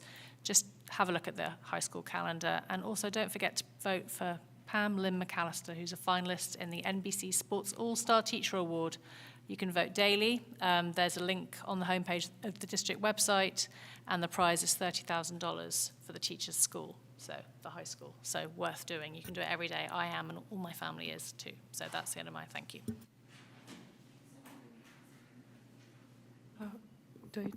Okay. Ocean View Talent Show is this Thursday at 6:30 p.m. QR codes have been sent out in the Friday folders to buy tickets. I would highly encourage buying tickets now because last year we did sell out, and then we had a lot of folks that wanted to sit on the floor, which, you know, can be not safe. But it was a packed room. But we'll also be selling food at the same day, but at starting as early as 5:30. So if you want to just come grab snacks and support the PTA, that's also, you know, more than welcome. Spirit Week is next week. That has also gone out on Friday folders. Book trade also got out in the Friday folders, but basically, if you have lightly used books, your student can bring them in for up to $15 Otter dollars and then be able to trade them for other books from the library. And then lastly, memory books are still on sale. You can buy them online for the pre-sale price of $20, which will go up once we have the hard copies in person. So buy it now. That's all. Well, on April 22nd, I attended the Environmental Action Plan meeting, which we got some updates on some of the things that we're working on, and we're going to continue with some stuff about the food services, recycling of cardboard, things like that. So thank you for that. And I attended the Earth Day celebration put on by the Transition Program at Memorial Park on Earth Day, and that was really, really nice. And I want to thank Ashley Sachs for the hard work she does. And I want to thank city staff for actually, finally, I was able to hear every word, and the accommodation is here. I didn't miss it. I'm sorry, but I didn't miss anything. So I didn't make a fool of myself as much as normal. That's it. Okay, just a reminder to everybody that Hot Dog Day and Kickball Day is coming up on May 22nd at Cornell. There's the 5th grade band concert also on May 22nd, and they're having their last PTA garden party on June 1st. 5th grade promotion is at 12:30 on June 4th. I have been tasked with guarding the snacks. Do not try to eat the snacks early, okay? All right. Future agenda items. I think we need one about all the board policies that are coming up. So we need either a workshop or sort of a longer agenda time for that. Y'all know my feelings on adding workshops, but this might be one that we have to have. So maybe we can send out a poll to everybody on thoughts on workshop or a longer meeting time, and then dates that's. Or more than one meeting time, which was past practice. So we could review certain things at a time. I think it's getting too late in the season, though, you know. I mean, I think we may have to just say that, like, there's a bunch that are coming in because we had some that were not addressed for a while, and we may need to just buckle it down for one. So let's address that. Any other agenda? I'd just like to have a quick report on use of the Cornell yard after school. We're getting a lot of feedback on that, and the noise on the field at night. We have agreements with the neighbors that we're not holding up to. So. Okay, we also need an update on the ELOP program because I think we approved a 1-year contract with the YMCA for that program, and I think the board would like to hear some updates on that and look at the spending, how we're going to spend that money for the next school year and potentially over the summer. So that may need to come sooner than later. And then I think there was maybe a question about like an update on how the Albany High School math changes are going. Yes. I meant to say that. Yeah, just that we had a whole big presentation on it, some things were put into action, and it'd be great just to make sure that we know where that all stands. Okay, we're good? This meeting is adjourned.